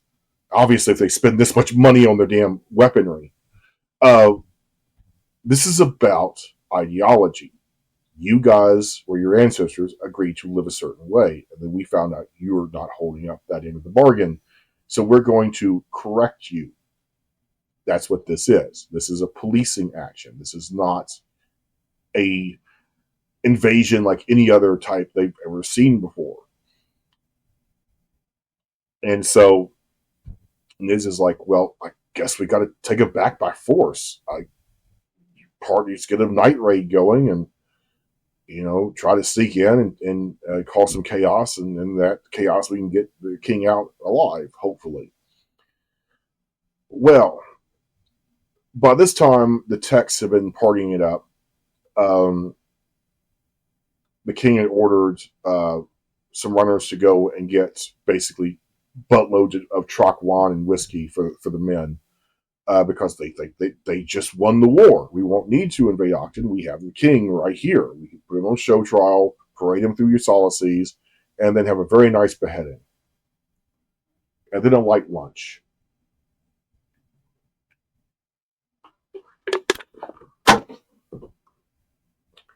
So, Niz, unlike a lot of nobility of his time, actually liked his dad and wanted him back.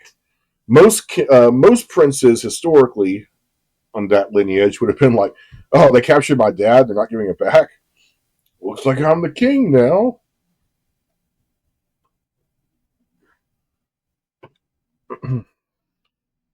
So the Techs were celebrating, mostly drunk, which is a readiness issue.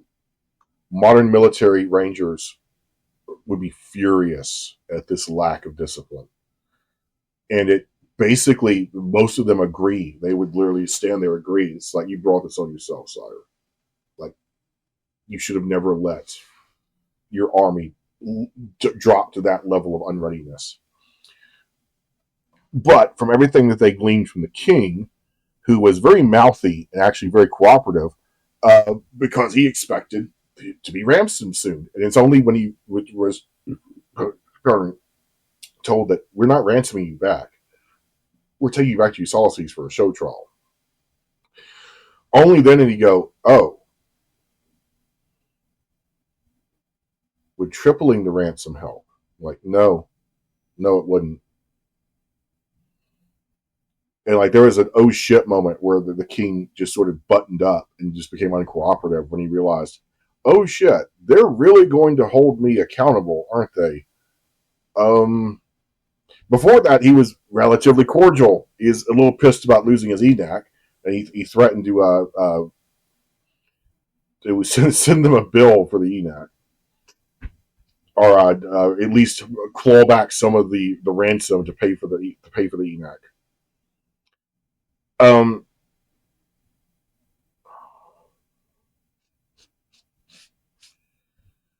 So that night, the Norks formed basically a ninja raid party. They dressed in dark gray, which is confusing because in the moon, in the dim moonlight, that's looks very similar to what the Techs are wearing, and that was on purpose to cause chaos.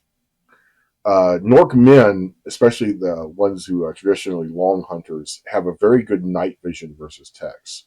It's just sort of just a natural ability. It's not like cat-like levels where they truly can see in the dark. It's just slightly better than the average Panjian, like noticeably so. So that worked to their advantage. Another problem is, of course, all of your sentries were either drunk or fucking passed out because they've been celebrating for 2 days straight at the king's request. Again, modern military text would be like, fucking God. Anyway, so they were able to sneak in relatively easily. They set fire to the tower there. They set fire to a couple of trebuchets to cause panic. And in the panic, for whatever reason, the queen was walking between the bivouac area and the stable, and the one of those stables there is actually like nobility housing for like warders and shit like that. The king basically his own little private like inner keep. For whatever reason, she was walking out and about. She had her twin swords on her, but she had no helmet and just the breastplate and greaves of her armored suit. The rest were just kept in her quarters for some reason. No one really knows why she was out and about. Although there was speculation after the fact, which I'll get to. But first, what happens. In the chaos, the Nork Raiders were able to free the king because they put him in like a little show cage for everyone to like jeer at and hiss and threaten. Uh, Basically, like 4 minutes of hate sort of thing. He was in his own little cage outside, so he was easy to find.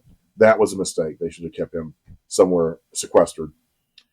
Um, in all the ruckus, Gawain II came out just in time to see his queen surrounded and embattled by a bunch of raiders, which at first he thought were warders because they were, of course, wearing black or dark gray from his point of view, until he noticed that they had knives and were trying to stab her, and she was defending herself and stabbing back.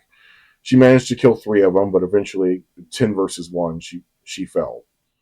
And because she wasn't wearing her full armor, they just aimed to the areas that weren't protected, essentially. Um, she died well, as Tex would say. She died in glorious combat. However, there were many questions after the fact, like why was she just wandering around half armored? Why was she up wandering around at all?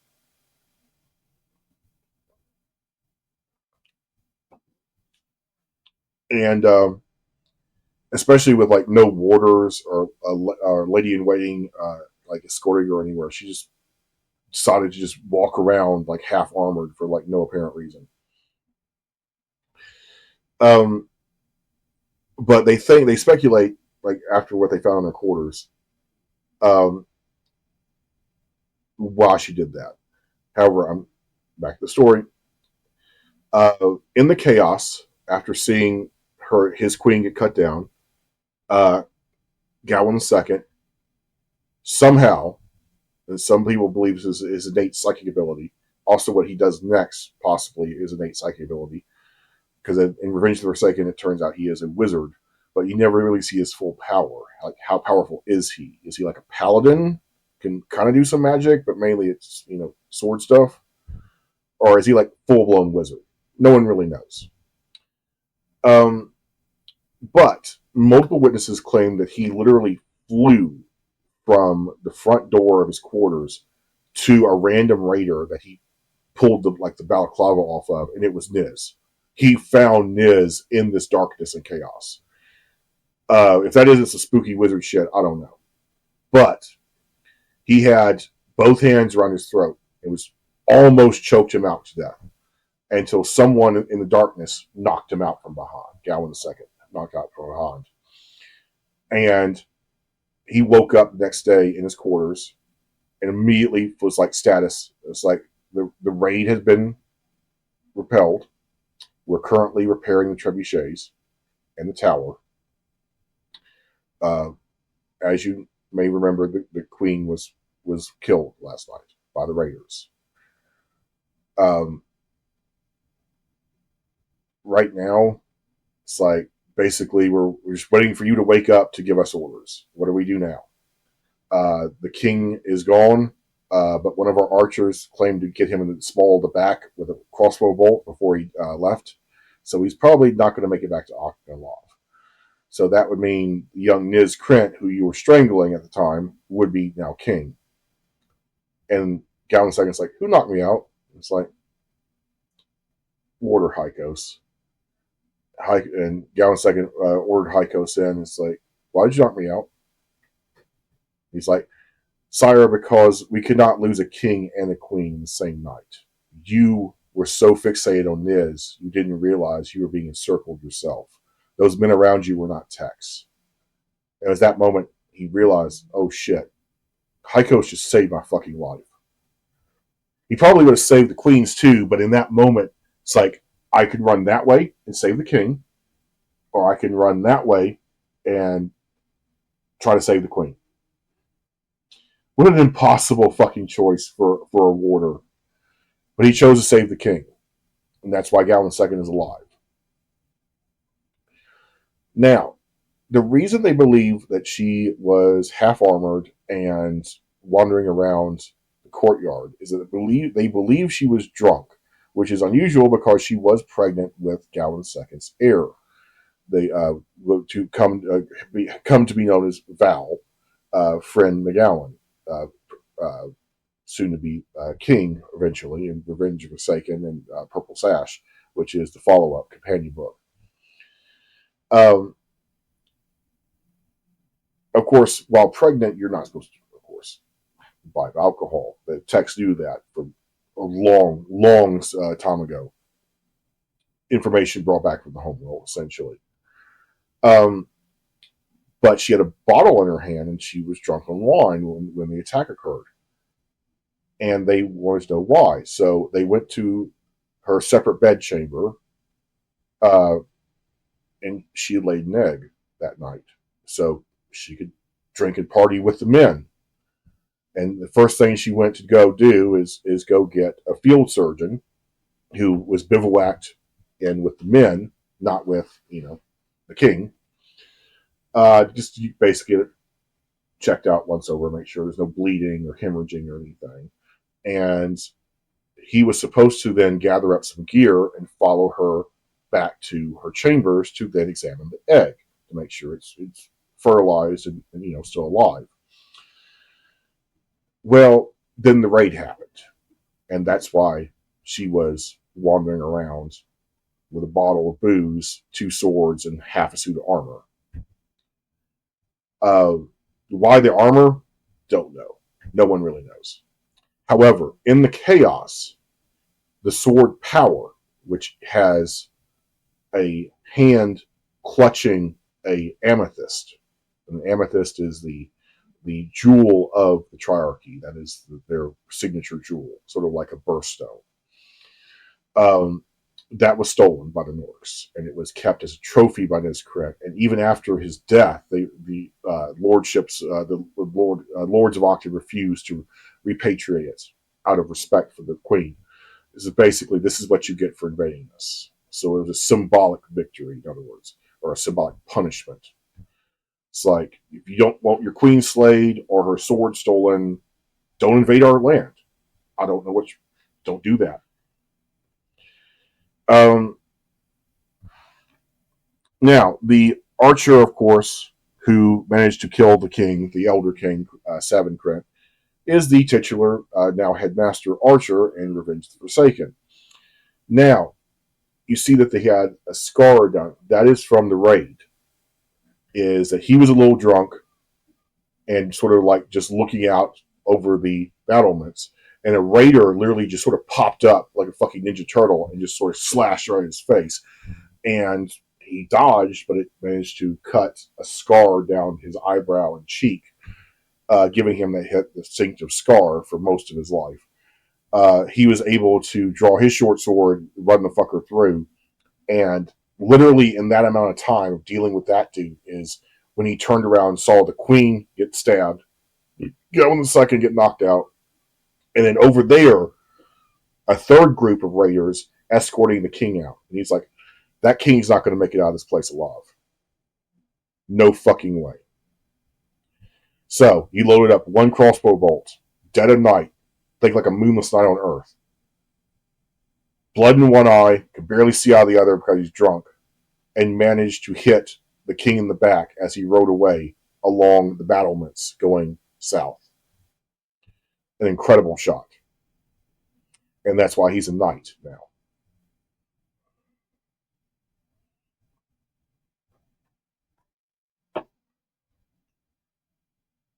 Now, before this, there were no Knights of Ulysses. Tech Nation never really had need for knights. They had a standing military, professional military men who trained their entire lives, just like Ranger Enforcers train most of their lives to do a specific job.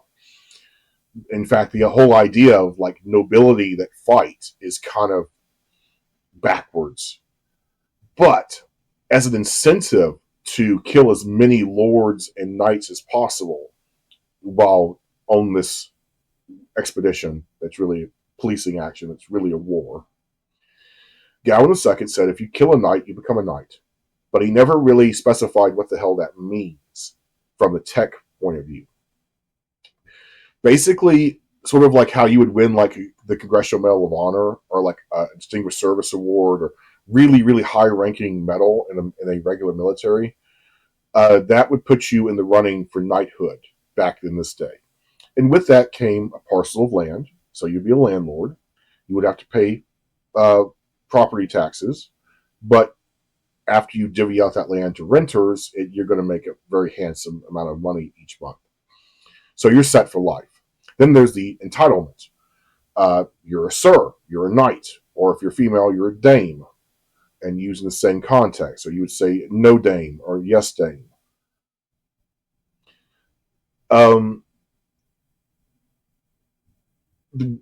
When they came back to Ulysses, people were like, okay, so how are you different from, like, say, a commander? And they really couldn't answer that question because it's an entitlement, not necessarily a rank. Like, Sir Archer technically was still an army recruit. He was one stripe. It's like, but I'm a knight. And unfortunately, what it really means is your job is going to become administrative and educational. So the Knights of Ulysses would always get retired to the Martial Academy. And that's why being a knight in the Tech Nation is not as illustrious as other kingdoms of that time, is that you're thinking the fanfare, the pageantry, the panache and the shining armor on the steed. No, being a tech knight essentially means you're an instructor. You're going to be sequestered, taken back behind the lawns, and basically you're going to train all the new recruits. You're going to train Ranger Enforcers in your expertise, which with Archer, it was obviously marksmanship. First with crossbows, and then later with muskets, and then rifles. And of course, he is a damn good shot. But he really would have preferred to just continue fighting out the war. A lot of people who were promoted to Knights of Ulysses actually had a lot of regret about that because they wanted to keep fighting. But you have been recognized for your extreme skill in fighting, therefore you have been basically blessed with the title of Knight of Ulysses. So, yeah, enjoy your parcel of land and your title, but you're never going to see a battlefield again. So, yeah. Is that technically Triarchy screwing you over? Not really. I mean, it keeps you from getting killed, but at the same time, if you're a type of person who likes to fight, being knighted is kind of a kick in the balls. So that's a brief explanation of Knights of Ulysses. Other than that, the modern Knights of Ulysses are sort of like the American Legion. They're a social club of like rich dudes who are philanthropists. There are Drophy Imperium Knights, which we're going to touch on and get good, which are more like the Panjian's entitled enforcer families. So like the Hinchilds or the Okamis. They're multi-generational, like left hand. Like I make sure that the Imperium runs smoothly, and anyone who like is not on board with that, I make disappear type of person. So those are going to be very interesting because I never really mentioned an Eighth Fleet Drophy aristocracy beyond like lords or like really high ranking assholes, Lord Admirals, viceroys, things of that nature. But they do have like run of the mill knights that do clandestine, like basically black ops stuff. and you know who they are or where they live, and that's on purpose. Because if the Techs knew where these Drawfee Knights lived and where they were, they would not be alive very long. All right, all right. So after knighting Sir Archer, and then quietly behind closed doors explaining what it means to be a Knight of Ulysses, since that's a brand new thing. Um, he, along with an entourage of warders, uh, but not Hykos. Hykos was given the opposite of a knighthood. He was given probably one of the worst jobs the Triarchy can bestow upon you, and that's to be a Lord Consort. The Queen is gone, so she cannot act for me in my absence. Um, Vic was the only person he trusted to lead this black army into Octon. And by Gallon II's very bereaved but very, very based last words is make these people pay. Make them pay. I don't care what you do to them. I really don't. It's gloves off. They killed the only woman I've ever loved. Yeah, we killed his father, but I don't see that as even. I really don't. So punish them, Lord Hykos. Punish them. And Lord Hykos bowed and said, shall be done. And Lord Hykos was left with an army of 1,000,000 pissed off Techs, all bivouacked and based here on Europe, ready to march into Octon. Now, when Gallon II returned to Ulysses, obviously they were not expected. He was not expected to come back. He sure as hell wasn't expected to come back with the Queen's dead body and the nicest, basically, war wagon they could shone up and make like suitable for a Queen's body. It's not like a hearse, like a traditional hearse. It was a war wagon that they painted black. They put flowers in because they didn't have anything else to transport her body in. So then Galwin II had to do the most gut wrenching thing any husband has to do when their wife dies. And that is confront the mother in law and explain why their daughter is dead and why you're still alive.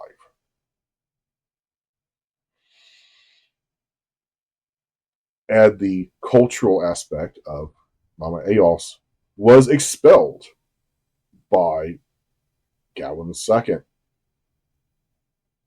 Add to that the crazy ass selection ritual that she had to go through, basically ceremonial combat, just to have one evening with him. Mama Eos was pissed. But she wasn't pissed at Galwin II. She was pissed at the Norks. Now, some say that that's a little misguided. Some say that that's a little racist. But really and truly, who the hell goes after a queen when there's a king present? And that's what she couldn't fathom, is like the sheer pettiness of that. They went for the easier, arguably the easier target, and seemingly just to fuck with Galwin II, or the Techs in general. Because she was a beloved queen. She was the people's queen. She was a impoverished queen that literally rocketed up the ranks of society to instantly become a queen for being a child of the expelled. Everyone on the South Side loved her because they remember when she was a water carrier, and they would celebrate her. They loved her. They didn't like her husband, Galwin II, but whatever.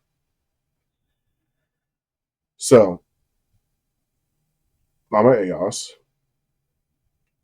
smacked a groveling Galvin II on the top of the head and remind him, you're still a king. Stop groveling. Get your shit together. You will observe the traditional 1 month of mourning, the same as for any fallen triarch. And then I want you to go back to Octon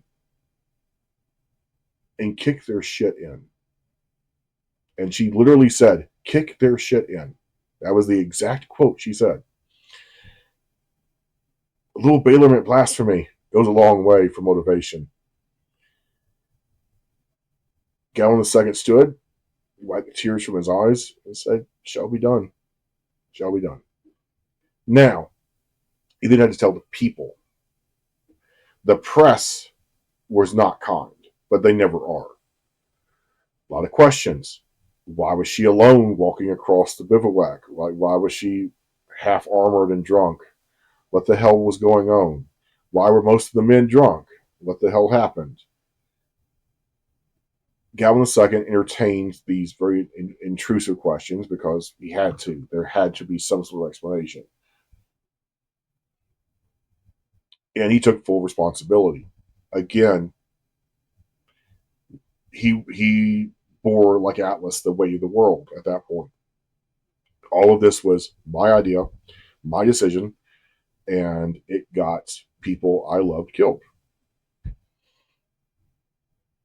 So the only thing I have left now is vengeance. So, using his newly forged skill and speaking ancient, during his addressment, he said, I'm going to make it everyone's vengeance. I'm not seeking vengeance for myself. I'm seeking vengeance for the Tech Nation for taking a beloved queen from us for no reason other than they fucking could. Vin Natak decree. In ancient means death at all costs. I want this man dead. He put a bounty on another king's head, the same as though it were an outlaw.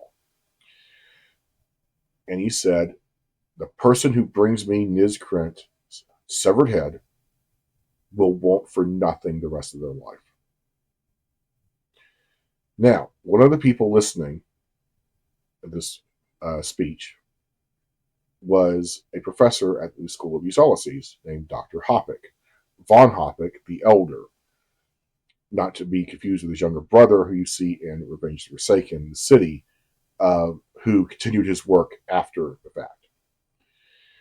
He was basically a pioneer in early firearms. He helped develop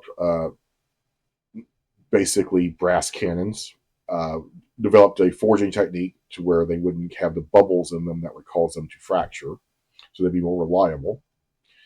He also helped develop the Aerostorm, which is basically a claymore for arrows, is the best way I can describe it.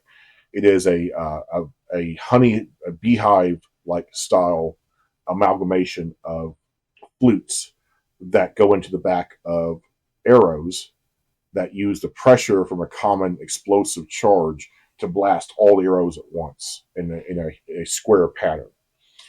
Thus blanketing the field with arrows instantaneously. And it's basically as fast as you can reload those arrows and then refill that charge like a cannon. Just keep it going again and again and again. Or you could have them preloaded and just keep rotating them out and just shower the battlefield with arrows. These two things would be brought back with Galvin II after his observation of mourning.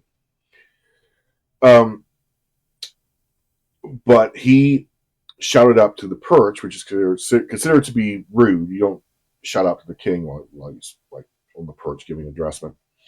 How would we know who the Kiss King is? And during the melee, because of his signet ring, Galvin II busted Niz's lips so bad that it most likely would have scarred. So he would have had a scar like right here on his lip. He also, of course, from memory, painted the motherfucker because Galvin II was actually a very good painter. And he's very uncanny black canvas portraits can still be seen in the Capitol building to this day. Um, but that's basically what he shouted down. It's like by the bust by his cut lip, you shall know him. But I'll present a painting later on for public viewing. Um, so von Hoppe, full of hubris and patriotism, decided this is the time to deploy my secret weapon that I'm working on. It was an early matchlock musket, and it was relatively accurate up to 300 yards because of the type of bullet that he designed, which had a point. It wasn't just a ball as previous muskets. He also had sort of an open air telescope, but it wasn't very useful. The telescopic sights didn't really come into their own until about 200 years later.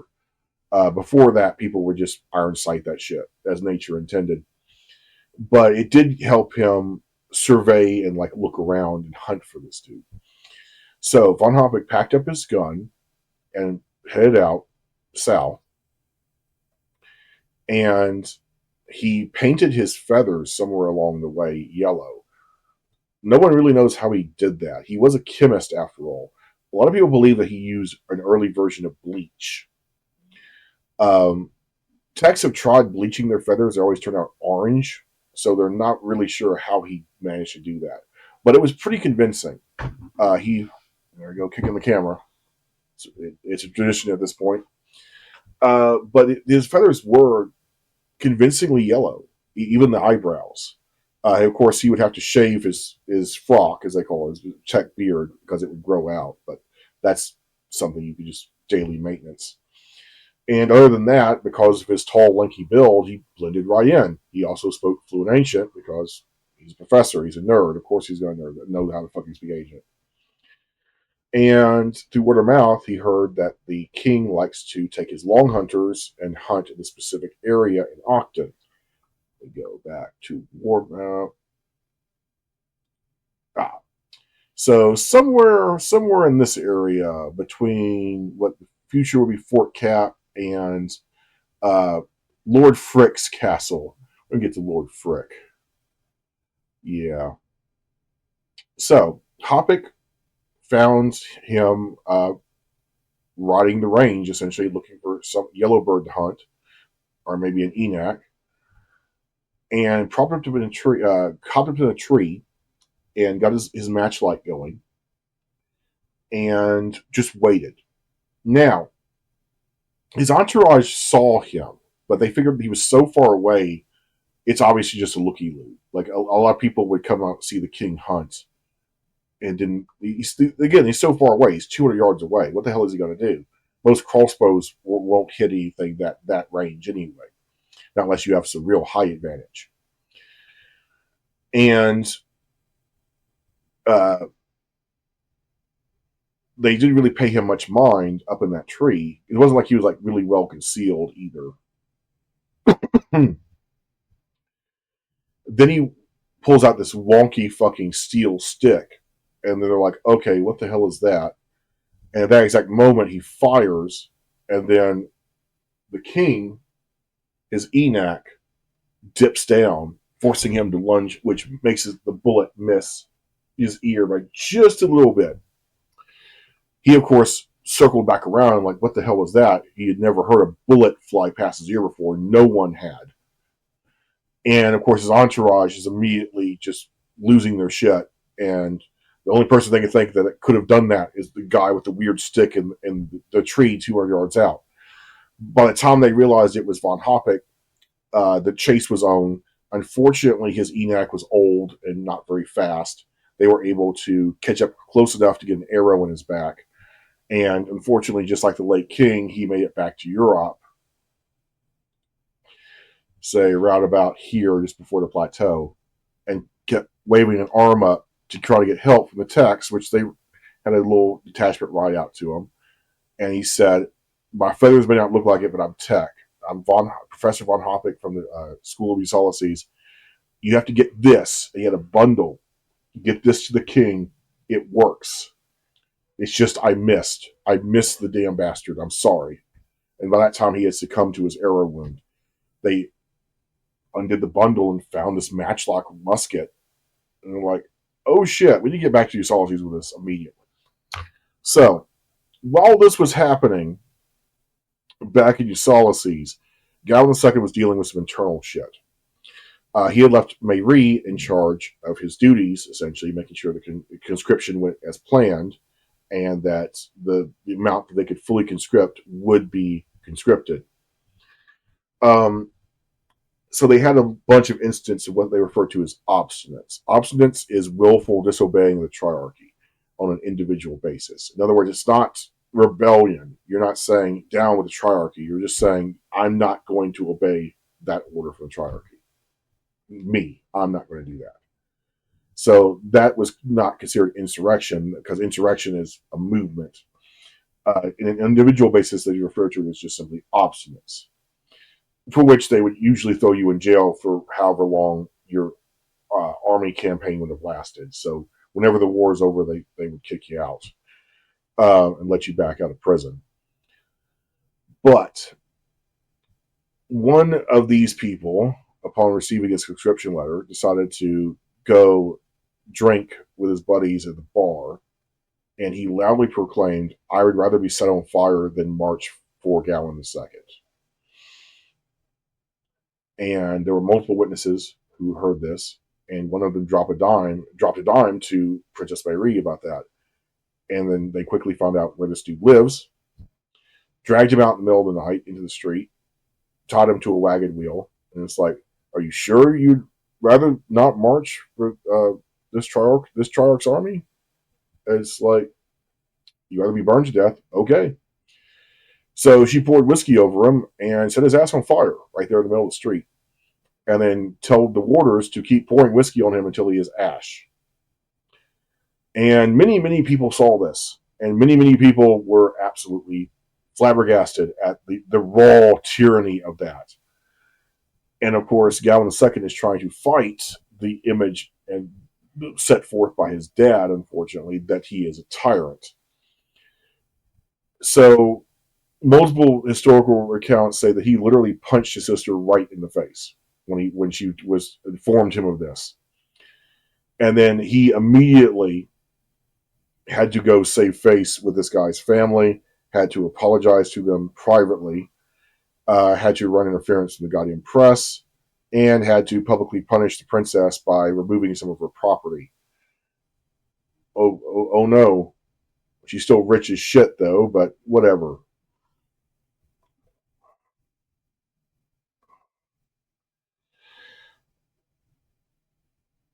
Now, while all this was going on, Lord Hykos was busy. He had some problems with his supreme commander, Cap. Cap and Hykos never liked each other. It was over basically how you engage the enemy. Going back to the battle map here. So, heading out from Europe, they established another fort south called Fort Cap. Now, Cap was given absolute authority over how to construct this, because he, by Galvin II's assertion, is a military genius.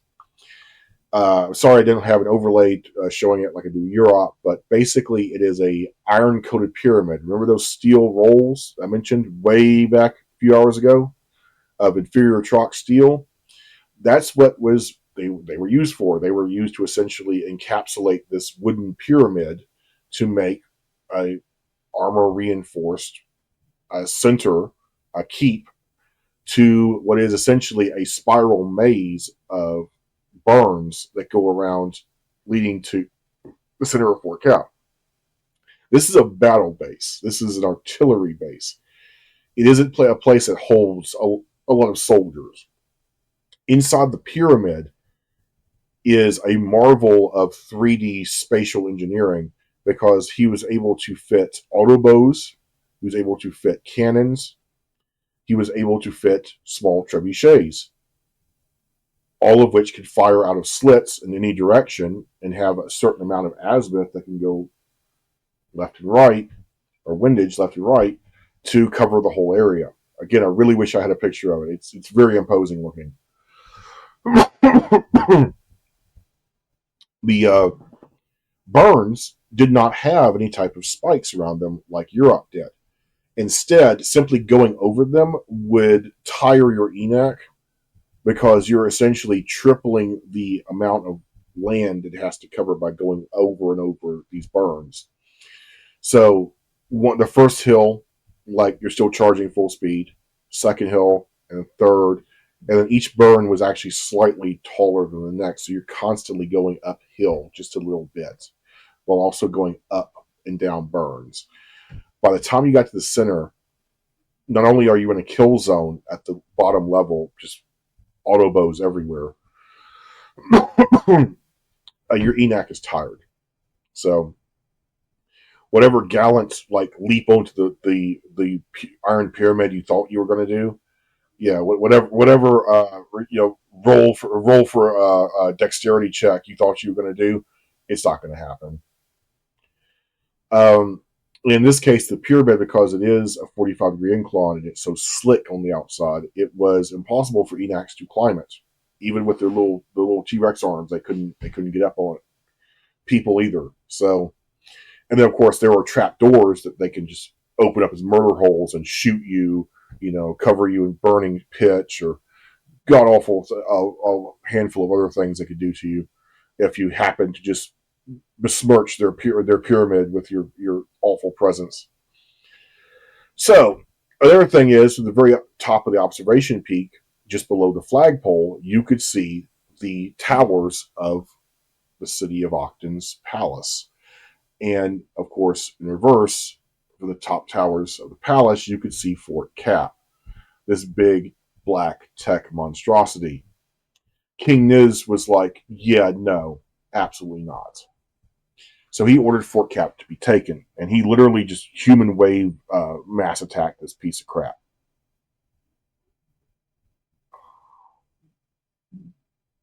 Hold on, catching up on my outline.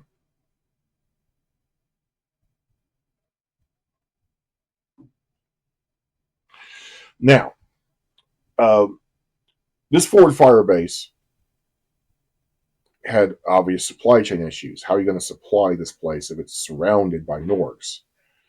That was the failing of Supreme Commander Cap. It's like he never really thought about that. There is a escape tunnel that goes about 500 meters away from the compound to allow people to escape if it's being besieged. But they basically had to use that to get Cap's sorry ass out and the other commanders of the base, and everyone else there left was slaughtered essentially. And now the Norks have control of this very advanced fire base. Thankfully, they don't know how to use half the shit in there, but the black eye that they received for the first time from just the Norks flexing their manpower. Gowan II was not happy about that when he finally returned from his period of mourning and dealing with Mayree's shit. He came back with cannons, he came back with the Aerostorm, and he came back with armor-piercing pistols. They were essentially like early pistols you would see anywhere else, except these used percussion caps to activate their primer, or as primers, and they used a steel dart rather than a bullet for armor penetration. So at short range, it would pretty much just fly right through Nork chest plates, like no problem. There are many examples of the tech armory of Nork breastplates. So you see one in the entryway of the tech armory that's just completely defeated with a little hole in it. That was probably an armor-piercing round, not just a regular like musket. He also brought muskets, which that actually was incredibly helpful.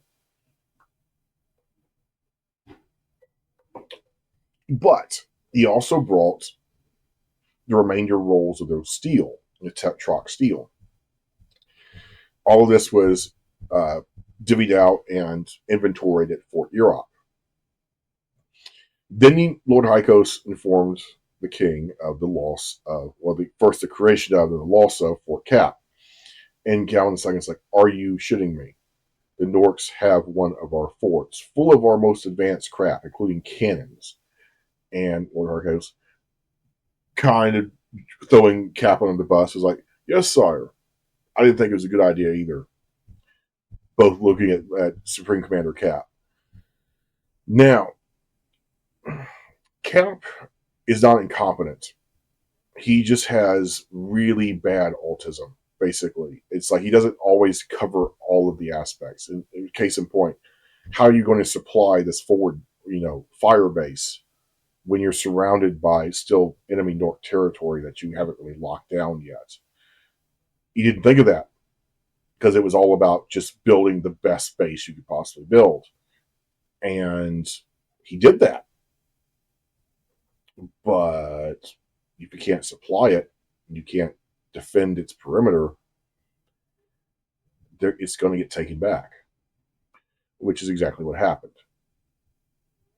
Now, Lord Hykos informed the king of what he's been up to during this period of mourning.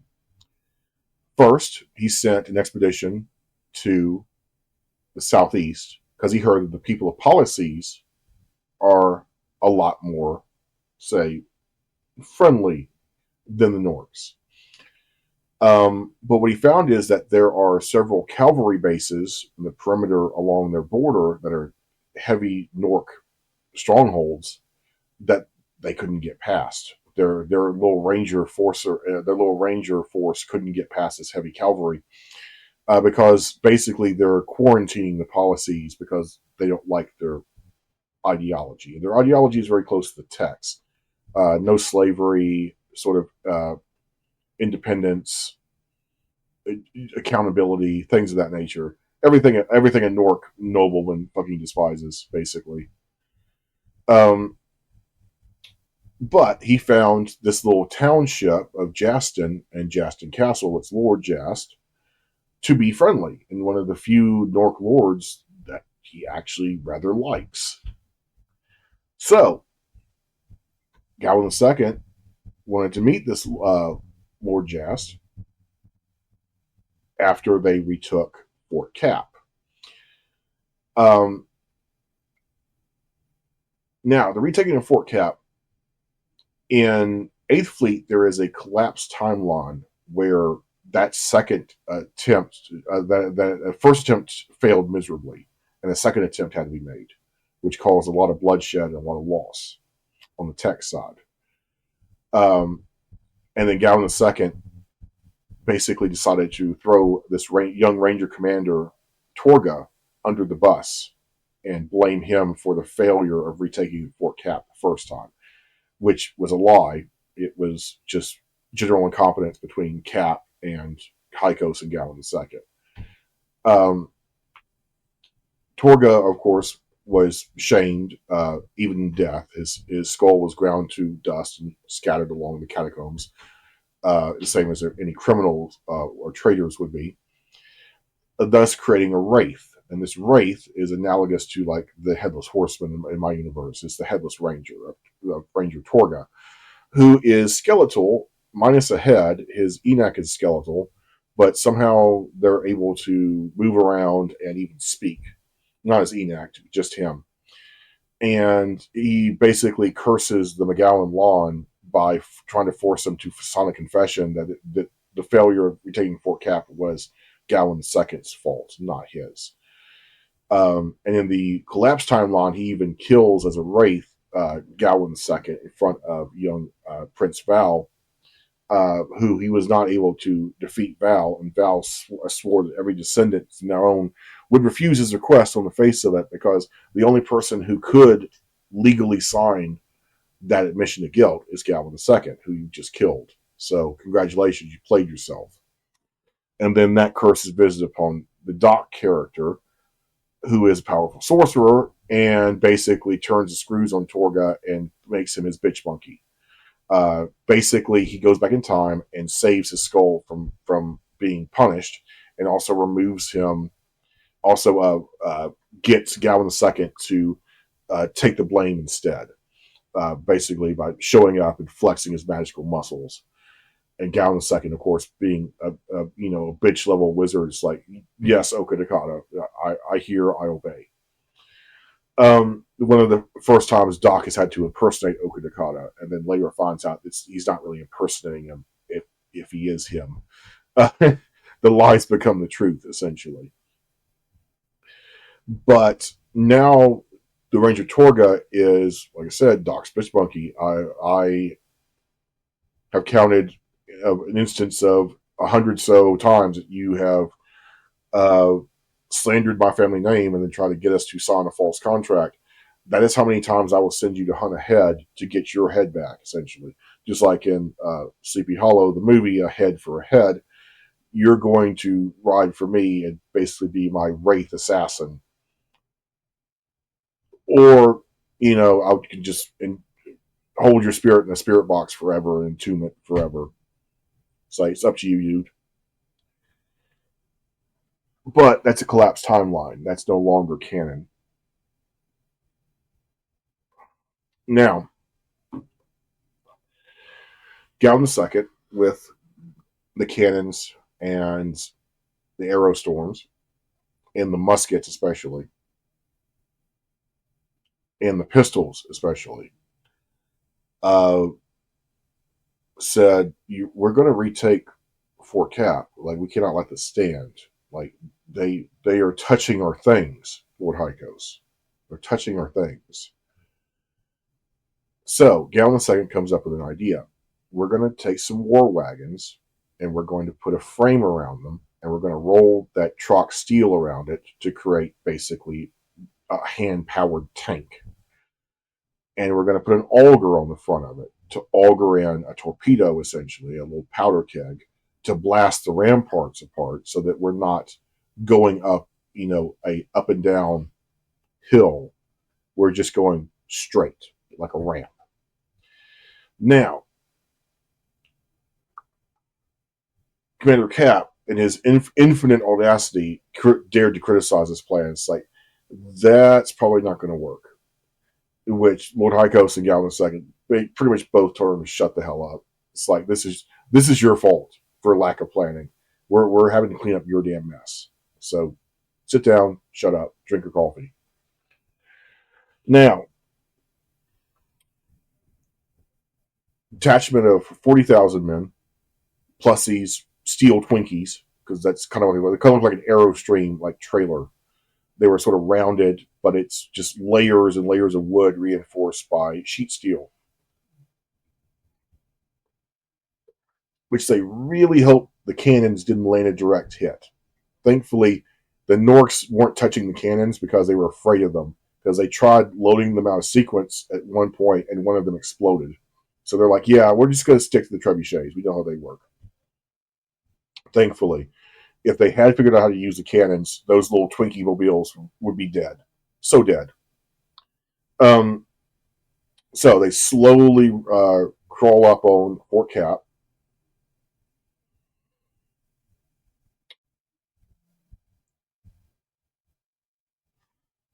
Oh, I completely forgot to mention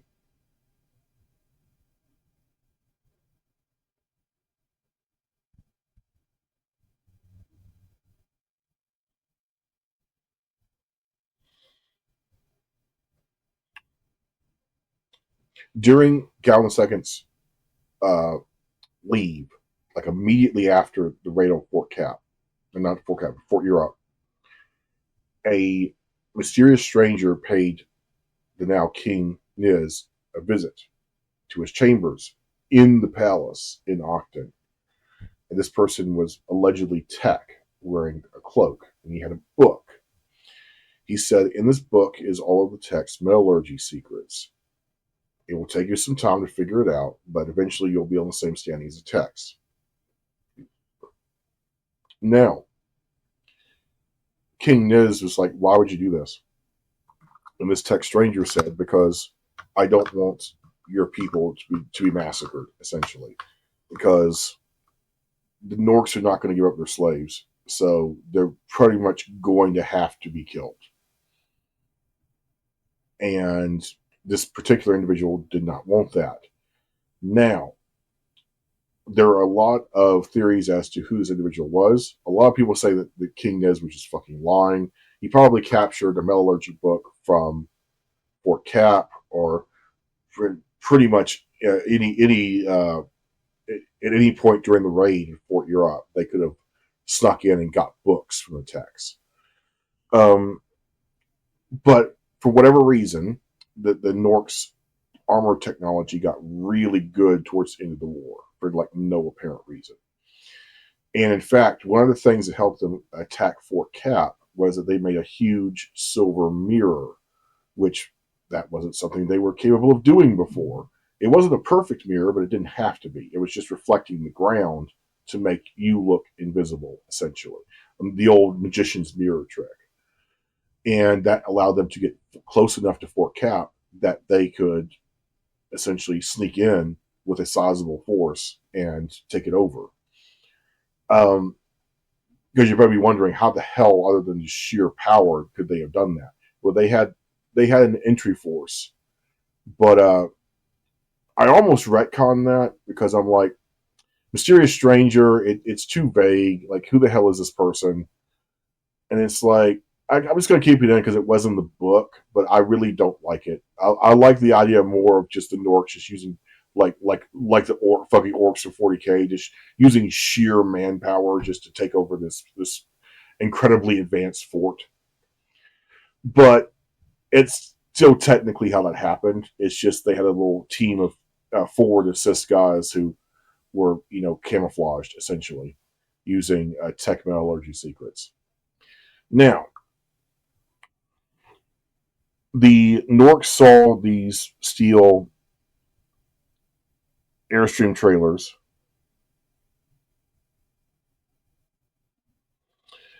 coming very slowly because they're pushed by people inside of them. So they're going like walking distance, a walking pace at that.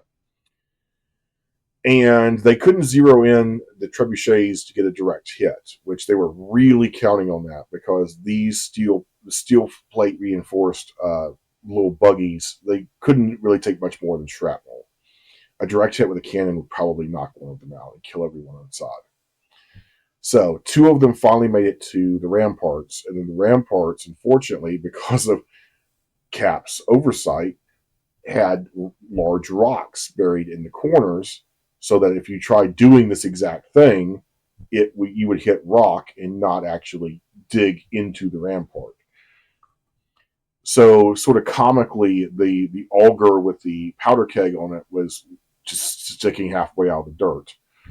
And they're like, screw it, send it. So they lit it and backed off, blew apart the rampart, and then all of the Techs filed in with, again, just sheer manpower. But this time, in close quarters, there were two things that gave the Techs advantage. One is a lot of the Techs prior did not have a full suit of steel armor because steel armor is fucking expensive. And then, of course, it has to be made in a way that's either universal fit or fit to an individual soldier. And for a long time, they were going fit to individual soldier. One of the things Gallon II brought back from School of Ulysses was Kodopan. Kodopan is, Kodo means many layers, and pan means a form. So it's a laminate armor. It's made of strong linen, so think like denim, like we make blue jeans out of, and tree resin, refined tree resin. And you soak the denim in the resin, and then you stretch it out over a form, and then you press it, and then you dunk it in cold water to let it solidify. And what you get is a flexible, arrow resistant, bullet resistant, and sword resistant plate that weighs almost nothing. It's rather thick. It's thicker than traditional armor, but it will stop a great many things. And that was something that Gallon brought back, along with the resin and the denim capable of doing that. All of a sudden, all of his troops had a full set of armor that was arrow and bullet resistant.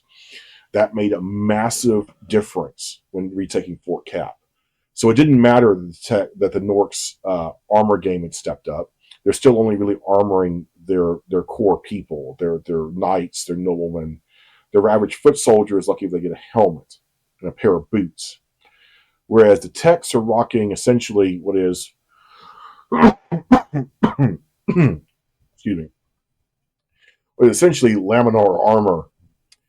Later versions would have a layer of plate steel put in between the layers, sometimes referred to as Heikos Kodopan, because he was the one who invented that. Is that if you put a little piece of plate right in like the core area, it increases survivability without increasing weight, especially against muskets.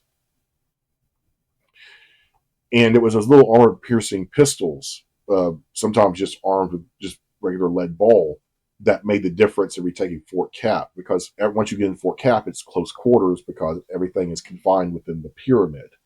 So the ground level is rather spacious, but once you work up your level to level, of course, like in a pyramid, you have less and less room until there's finally just the officer left on lookout peak that has to be killed. And you're finally done.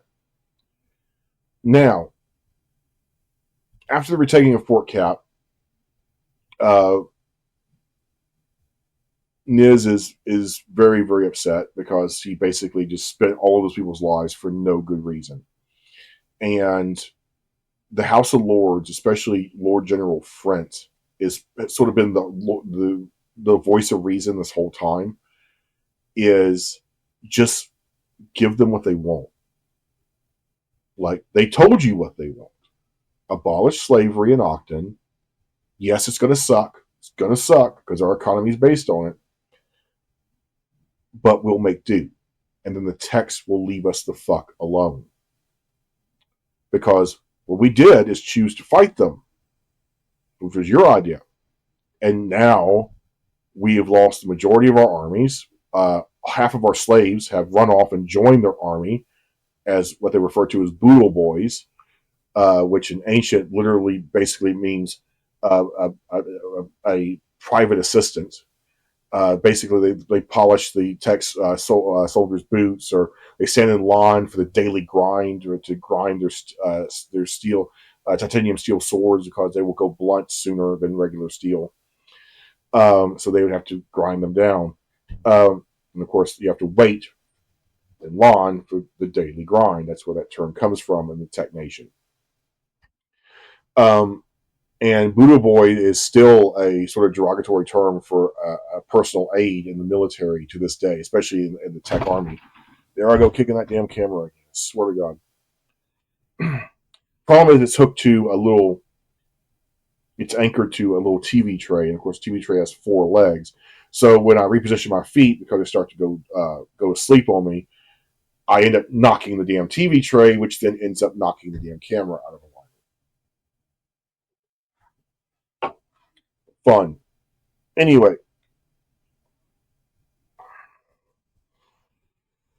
So, Lord General Frent is basically scolded and told to mind his own fucking business. And I'm like, warfare is my business, but okay. Basically, he's told to shut up, essentially. Because there's one thing that the Kings of Octon really don't like. It's being told they're wrong.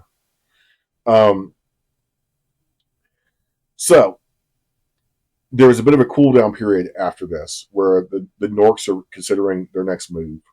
At this point, the majority of the north of Octon has essentially been pacified by the Techs.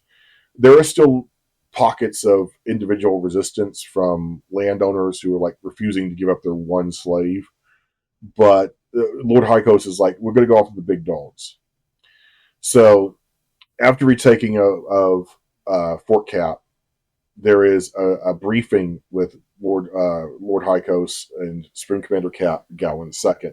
Because Gowan II, once he heard the initial briefing that they have conquered one of our forts, is like, oh, hell no. And it just sort of went from there. But basically, Hykos has been a very busy boy. First, he sent, like I said, Ranger detachment to the east, southeast policies, and that's a no-go. They found Jaston and met with the Lord there. He is also anti-slavery and is actually rather nice. He even lets part of the Tech Army bivouac on his property temporarily. Now, he sent an attachment to the west. Now, Lord Hykos really wanted to knock out Lord Admiral Dernick's ship, the Yellowbird, because it's a known ship of piracy, unfortunately, here in the Wadern Sea. The Trox really fucking hate the Yellowbird. It's a fire ship, so it has basically a flamethrower on the front of it, but it's also a sailing ship because the Norks are crazy like that. But Lord Admiral Dernick heard that Hykos' army was coming for his manor house and his wharf, his personal sloop. And he decided, you know what? He decided to do what a king crit should have, which is freed all the slaves and gave them even a parting package, just like a resignation package almost, a pension. And then the few remainder slaves who were still loyal to him were being paid, but they willingly went and manned his ship, the Yellowbird, to go on a cruise around all of Octon and come back again, essentially. Go to Octavia and come back again. So that's like, a several month journey that he's basically fucking off. And he left a note on his front door of his manor house addressed to Lord Hykos saying that. So, I freed all my slaves. My crew is volunteer. Don't burn my house. Don't burn my house down, please. It's like, I did what you asked.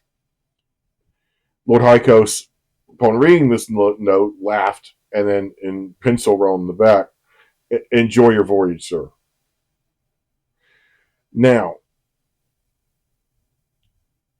then came Lord Frick's castle. Now, Lord Frick had prior knowledge because the slaves that were freed from Lord Admiral Dernick went south to his castle looking for work, and they were immediately spotted and then re-enslaved. Now, Lord Hykos took personal offense to that because I just fucking freed these guys as far as he was concerned. It's like, how dare you enslave them again? It's just that he knew from previous experience, he recognized them when visiting the Lord Admiral's manor that these are his slaves. He doesn't give a shit that Lord let him go. That's free merchandise as far as he's concerned. Lord Frick stood up on his battlements and saw that he was surrounded by almost 500 million techs, and gave him the one finger salute down to Lord Hykos.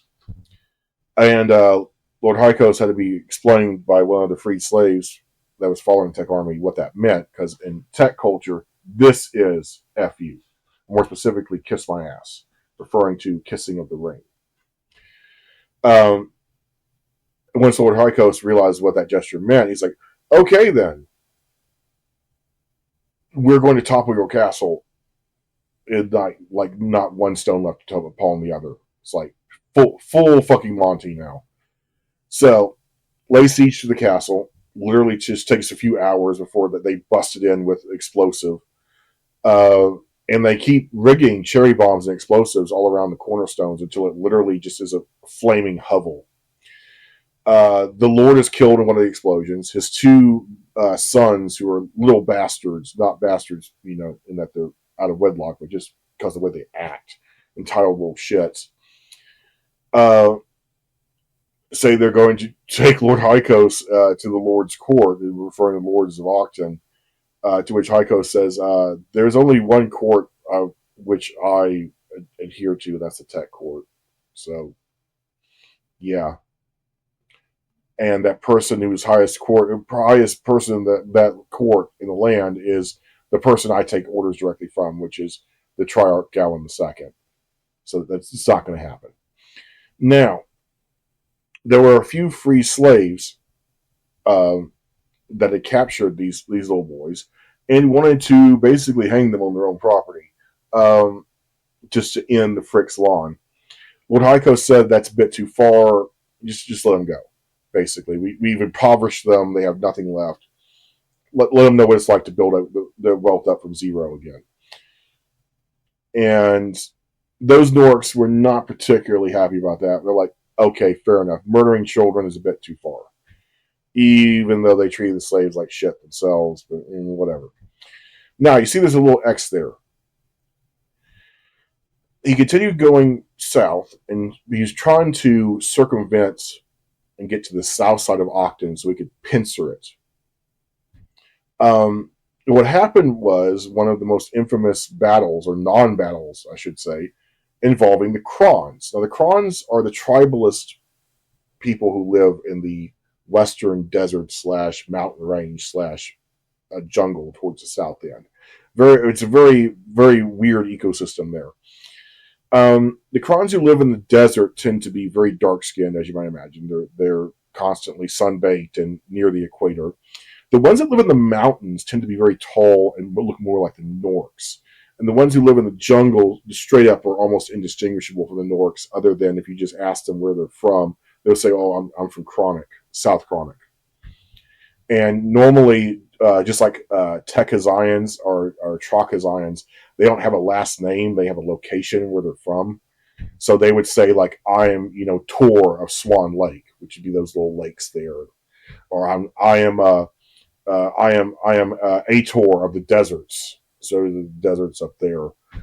You get what I'm saying? It's like they don't really have surnames; they have locations. Well, very tribalist, very primitive. A lot of them during this period had stone weapons. The Norks would routinely raid their villages for slaves, usually turn them into eunuchs, because it's about the only way to get them to behave.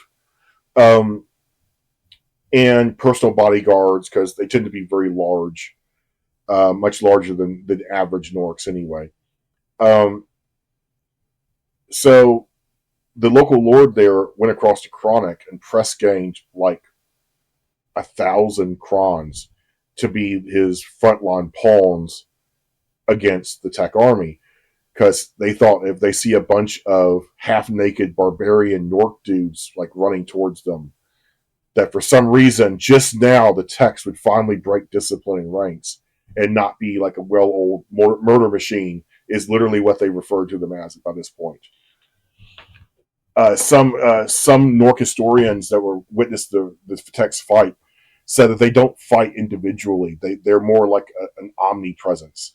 While one blocks you, the other is stabbing you in the back, and that's literally what it was like. It would just be this amalgamation of blades coming towards you, and the Techs don't give a shit at this point. They're here to quell this land.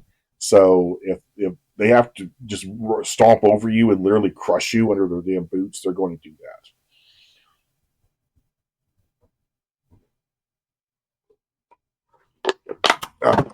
Champagne of beers. Anyway, one of the places he was trying to get to was this mythical Crystal Cove. Crystal Cove was basically a playground for the Nork nobility. A lot of them had like pleasure barges that would go around the little central island there and like party day and night. Thing like Roman era bullshit. Of course, lots of sex slaves and lots of slaves in general. I think I implied everything when I said pleasure barge. It's a barge for pleasuring yourself.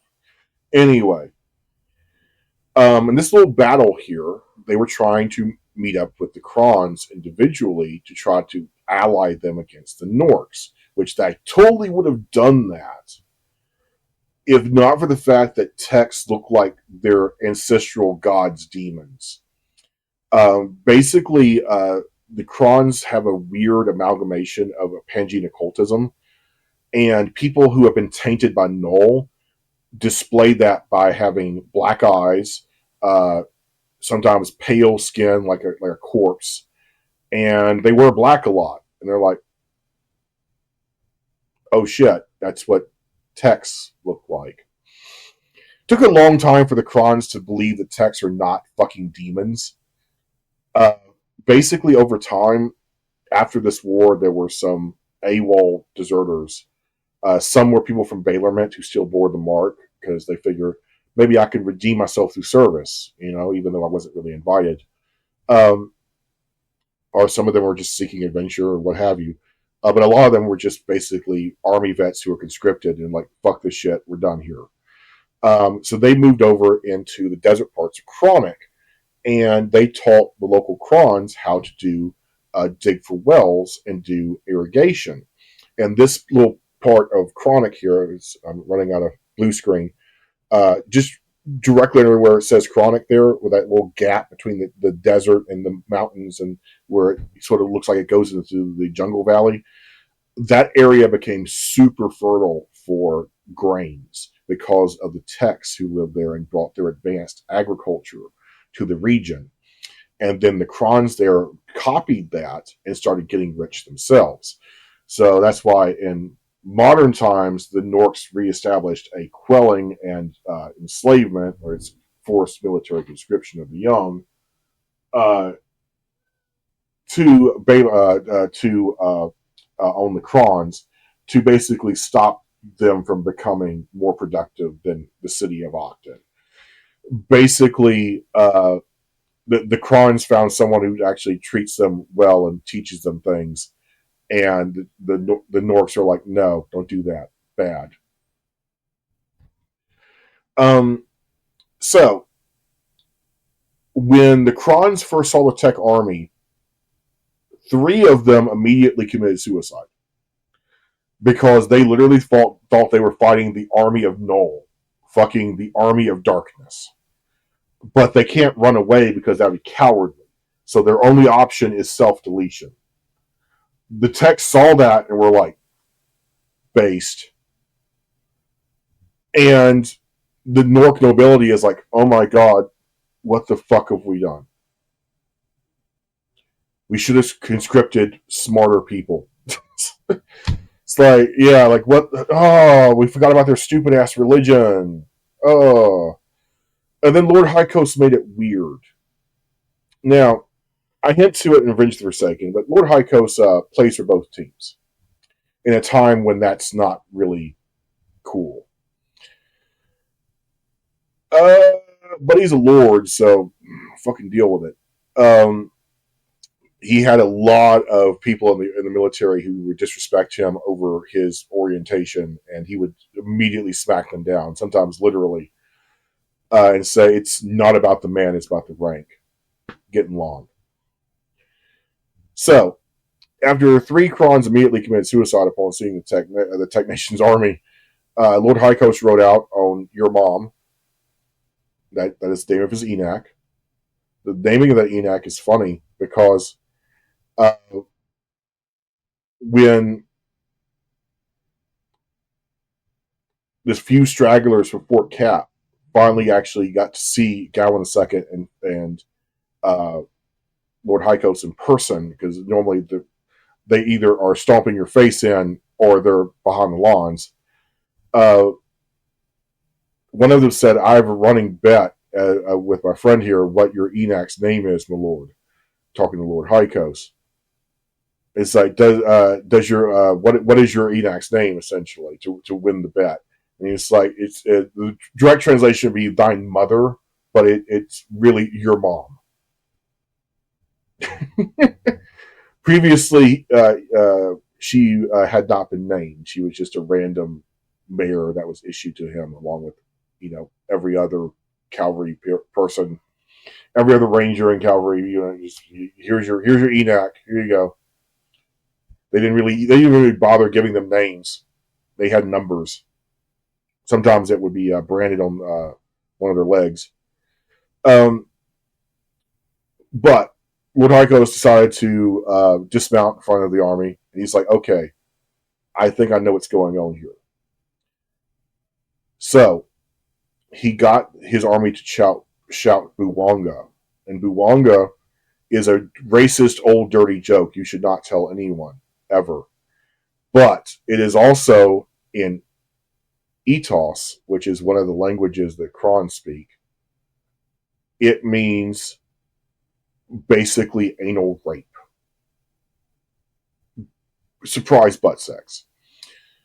Now, the Krons had heard that Lord Hykos was a pervert. And the term they used back then was blanket for everyone, no matter what you were actually into. If it wasn't heteronormativity, it was you're a pervert, basically. Um, so he used that to his advantage to get the rest of the Krons to literally turn tail and run, which is stupid if you think about it, because you're exposing the part they want from you. Um, so Lord Hykos basically won without even firing a shot or having to kill a single person. 3 of them killed themselves just upon seeing the army. And those Norks were captured. And then happened the infamous Kiss My Codpiece incident, where the Nork nobility and a few of their knights were captured, the ones who instigated this fucking dog and pony show of trying to get a bunch of primitive, superstitious Krons to fight people they literally see as demons. Only for the demons to make it weird and them run away from their gay thoughts. So, the Lord in question was told, you can either die right here in front of your men, or you can kiss my codpiece. And if you notice in Revenge of the Forsaken, Lord Hykos' codpiece has a little muscular arm coming out of it. Very, very, very racy and risque. Not as bad as some actual historical codpieces I've seen in real life, but pretty out there. But of course, we all know what that symbolizes. So, yeah. So basically, it isn't kiss the ring anymore. It's humiliate yourself in front of your men, and I'll let you live. The first Lord said, "Fuck you, I'm not doing that." So he got the heavy end of the hammer right on top of the skull. Second Lord was like, "Yeah, no, just kill me." He literally said, "Yeah, just fucking kill me," and got the hammer as well. Then he went on to the knights. The knights all kissed his codpiece, every damn one of them, and swore fealty to him. The only thing is like, I can't trust you guys. Like, you're Baylors. So stripped them of their armor and weapons, and sent them wandering into the wilderness. Now, they then circled back to the newly constructed Fort Cap, and they met up again. So this has all happened before Fort Cap fell. Now, back to the retaking of Fort Cap immediately afterwards. No, it's getting a little hairy now. Sorry. Gawain II was told about this Lord Jaston, that he is relatively friendly and he does not keep slaves. Historically, does his family. He has a lot more in common with the people like policies over here. So he takes off his armor and just wears his nice robes. His has a purple. Mine should have a green for being Army Ranger, but this is literally a sushi chef's outfit that I got off of Temu. It's the closest thing I could find. So, yeah. If you're a retired Army Ranger, you probably would wear all black, but you still got to wear the hat because hat. So the problem wasn't with the Lord; it was with his gatekeeper, or as Gawain II demoted him in his memory, the doorman. There's a little window to open up with the castle door, so his peephole, look out. The Lord knocked on the window or the door, and the last time the Lord was in his armor and had his entourage, so he looked very noble, albeit tech. But this time he's also wearing his nice robes because he's here to visit and smooge with the Lord and try to win some favor. Maybe he might join the tech army, and then we get some Nork mercenary action going on. Never happened, unfortunately. But this is also during the cooldown period where the House of Lords and Nis Krent were basically scratching their heads and asses, like, what do we do now? Like, they're literally almost outside the city. They have a fire base they just retook, like it was nothing. Shit. So, the doorman, the gatekeeper, looks at Gawain II and Lord Hykos, and he proclaims, "You are not noblemen. No nobleman would dress so poorly." and then slams a little peephole in their face. So they both look at each other like, I don't feel like we're dressed down, but okay. So they go back and put their armor on.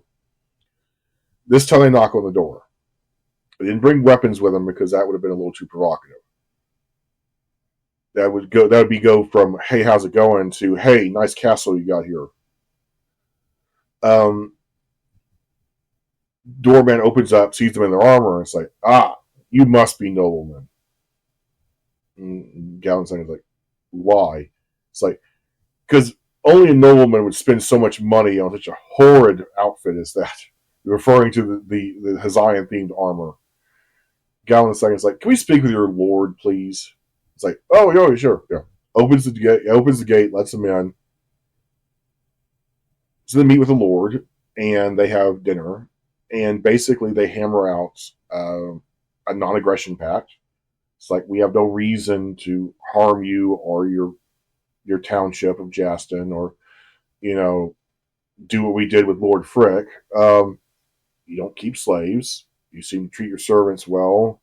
Some servants are a little on the assertive side, but other than that,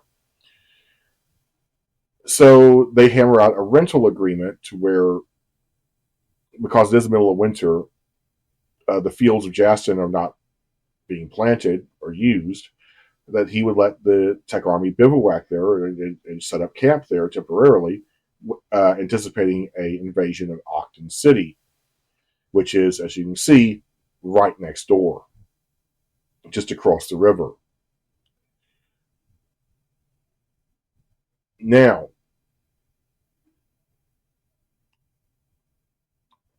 while this is going on, Lord Hykos uh, sends a detachment and a good chunk of the army to try to take over the river that runs through the city of Octon.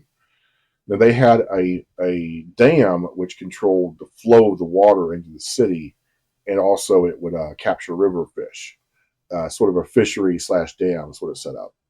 The Techs destroyed that to say hello, and a Nork army came marching out of the city of a sizable force, say about 20,000, but on the opposite side of the river. So they're basically on either side of the river, taunting each other until finally the Norks take the bait and cross the river. Have you ever had to do anything in wet clothes? Imagine a wet suit of armor. Imagine all of the tack and bridle of your enac being wet as well. Your enac being tired from having to ford across a river to get to the other side. That slight amount of inconvenience, chill, especially remember because this is winter, and tiredness of the enacs just made it so much easier to kill these guys once they land. Most of them didn't even get out of the river. They were hit with the arrow storm or the cannons, and the river ran green with Panjian blood and bodies and body parts and enac parts from where they were just essentially blown into chunks of metal and hamburger by the various explosive ordnance that the Tech Army was fielding at that time. The Battle of Octon River is one of the bloodiest battles ever seen by the Norks. And the fact that, one, it tainted the river supply for days, it made it undrinkable, caused mass panic in the city. Because of this, from this point, the people of Octon were not told how close the Techs were. The Techs have invaded, but they're far away. Don't worry about it. Bullshit. They're on your front porch, and they're knocking on your door. Now, this battle goes exceptionally well. Galvin II is very pleased,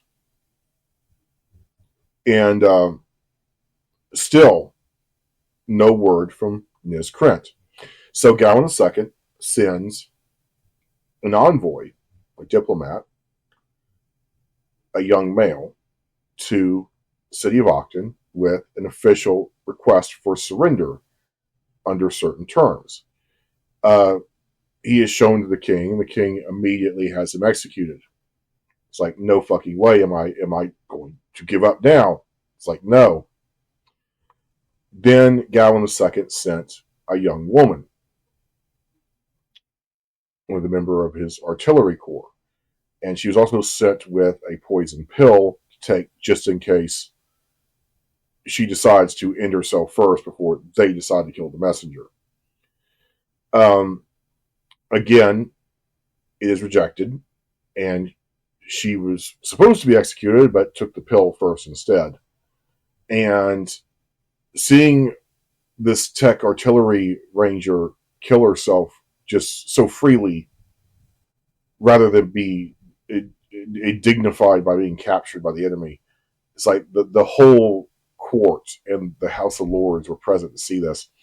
They were like, we're not going to win against these people.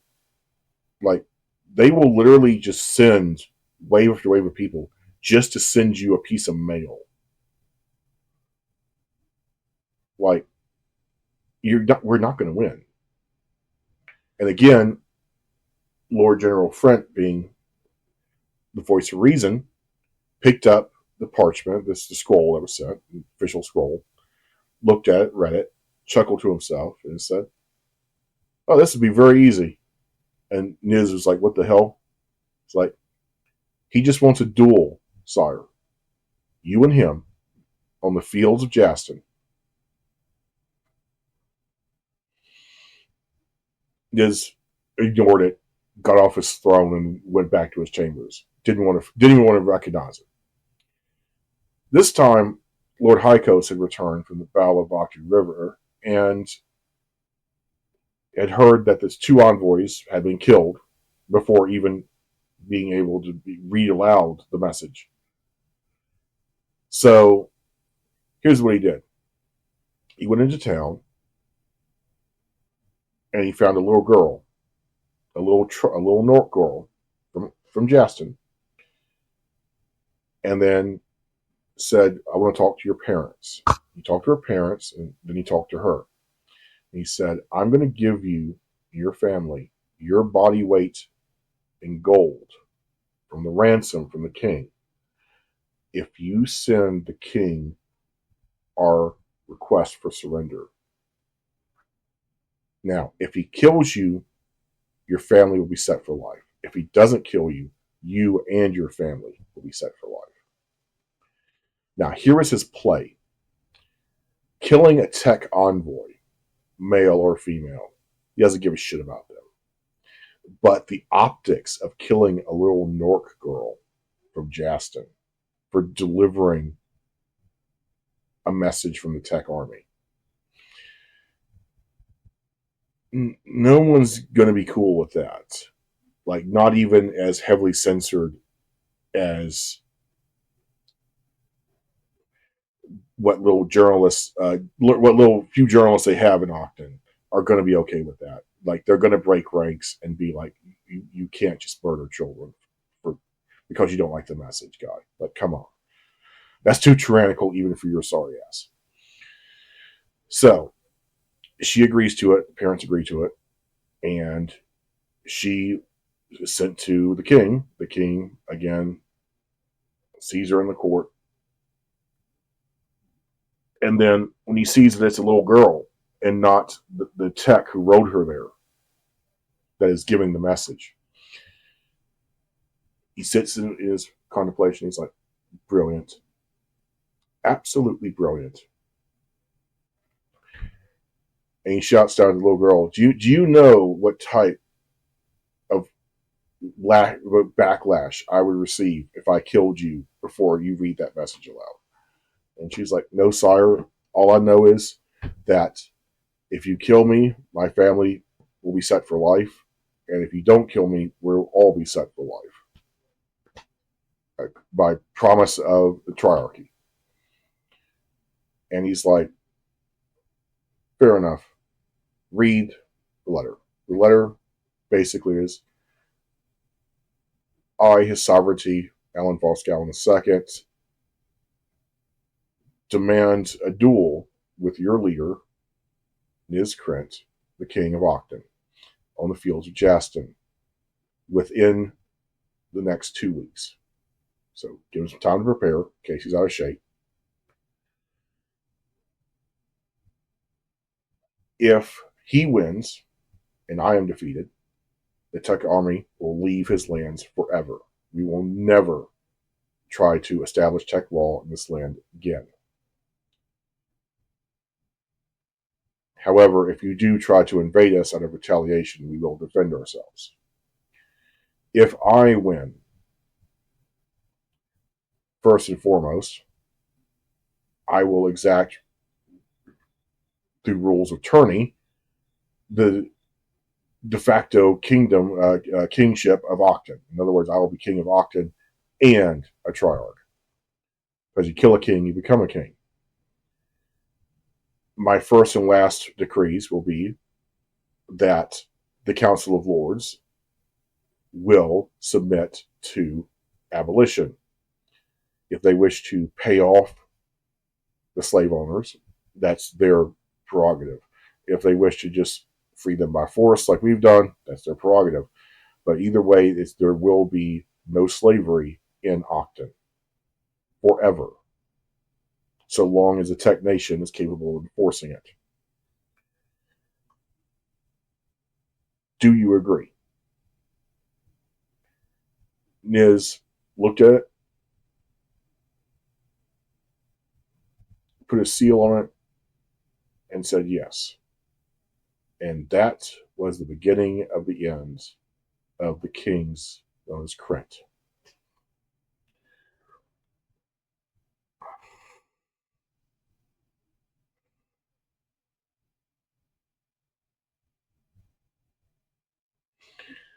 Now, there was a brief skirmish of armored knights coming from,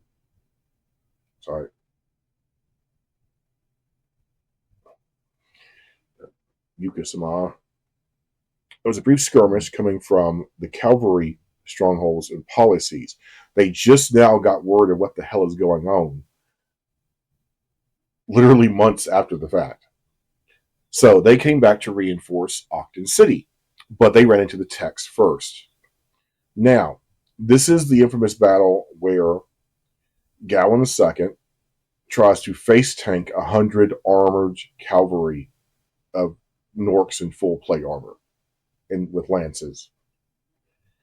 Now, could his armor have taken that? Probably. The concussive impact probably would have knocked him out. And he would have gotten trampled and probably captured. Knowing this, Lord Hykos saw that the king was literally about to take on 100. Project was literally about to try to clutch the 1v100, and sent Throne, the king's Enoch, to go retrieve him. So he's there, old blue in hand, massive greatsword, beating his chest, his armor plate. It's like, come at me, come and see.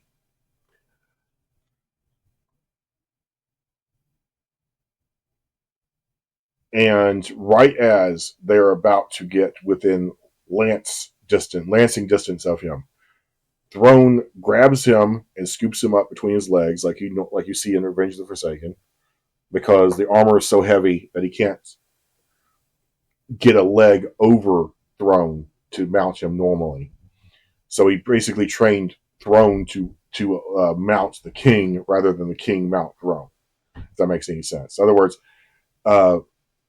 this would be the king's ankles with the armor, and then Throne comes up underneath and then pulls. Yeah. And that's why he has a little tuft of feathers up here, and the mane is gone. It's because they've been stripped away a long time ago. This causes him to be not saddled properly, and is sort of flailing off of the back of Throne, and Throne is grabbing his feet to keep him from falling off. And the sight literally makes the Nork cavalry stop and start laughing their ass off because of the sight of the king flailing off the back of the Enochs. But because they stopped, the artillery was able to zero in on them, and then they were hit with the cannons and the trebuchets and the arrow storms all at once. There wasn't a lot left of them. And all because they stopped to laugh at something funny.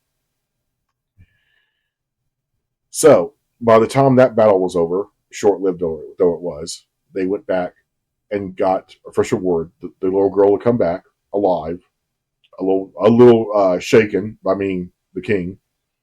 She was more afraid of Niz Krent than Gawain II, or even Lord Hykos. Think about that for a second.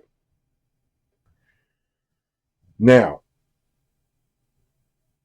the king agreed.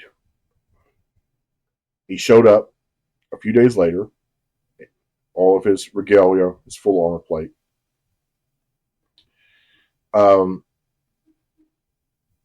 Niz Krent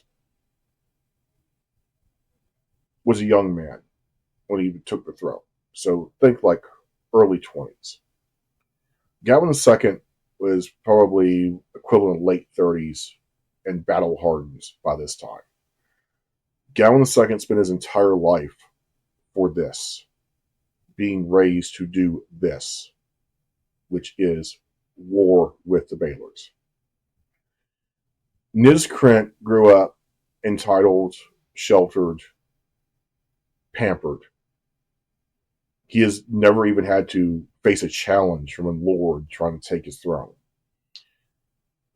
He has been held for ransom at least twice, both of which they paid the ransom and they got him back. No problem.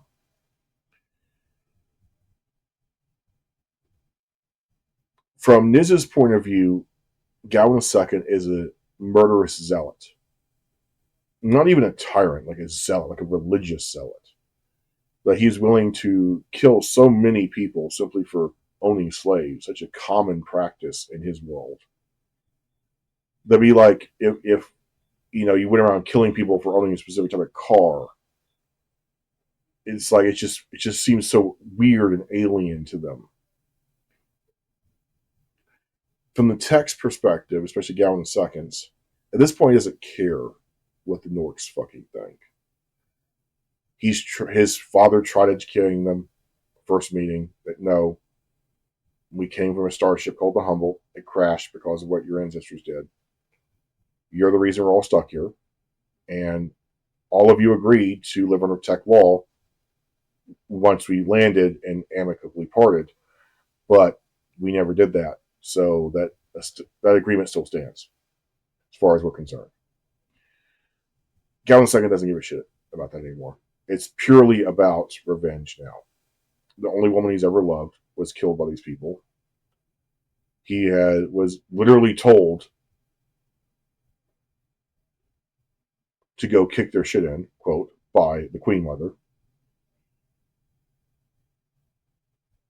Niz is not going to leave this field alive. It's just that simple. Now, is God on the side of the Techs? Does God even know this planet exists? Everyone likes to believe that they're righteous and that they're on the right side of history. The reality is history takes no sides. It just observes both. It's up to us to look back at these people in context and try to determine, were they evil? Were they good? Were they just a product of their time? Who knows? When Niz Krent met Gawain II for the first time, he could not believe how fucking huge this Tech was. He towered over most other Techs. He was the size of most Nork men. Whereas most Nork men are lanky, Gawain II is broad, built like a linebacker. Imagine like Terry Crews wearing a full set of armor. We're talking like that size dude. Now, Niz was tall, but he was very lanky. Didn't have a lot of meat on his bones because he didn't have to. He didn't train all throughout his childhood, sparring, like Gawain II did. Gallon II was built like a brick shithouse. Niz is built like the hoity-toity, little pampered, spoiled rich boy that he was.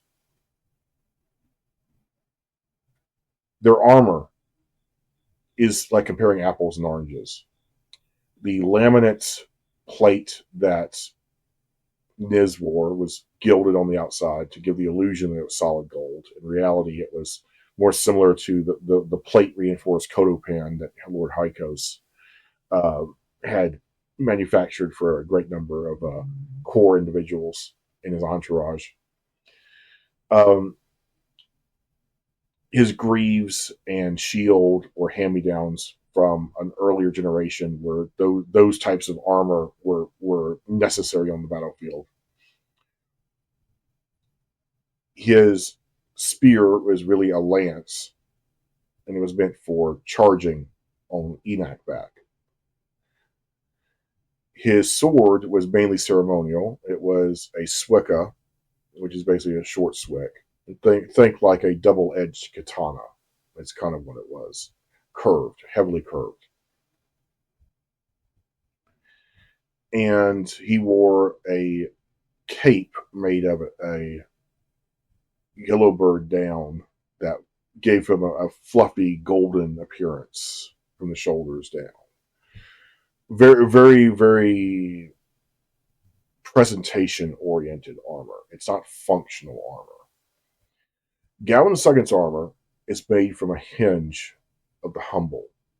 It's literally space bullshit, sci-fi, fantasy, unobtainium. It's humbonium. It's made from a piece of the humble.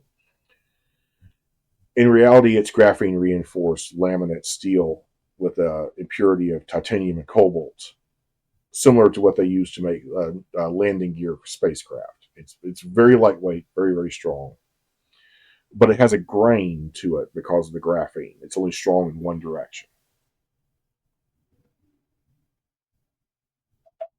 That's the reason they had to make it into plate mail, is because they couldn't figure out how to make large plates by smelting it.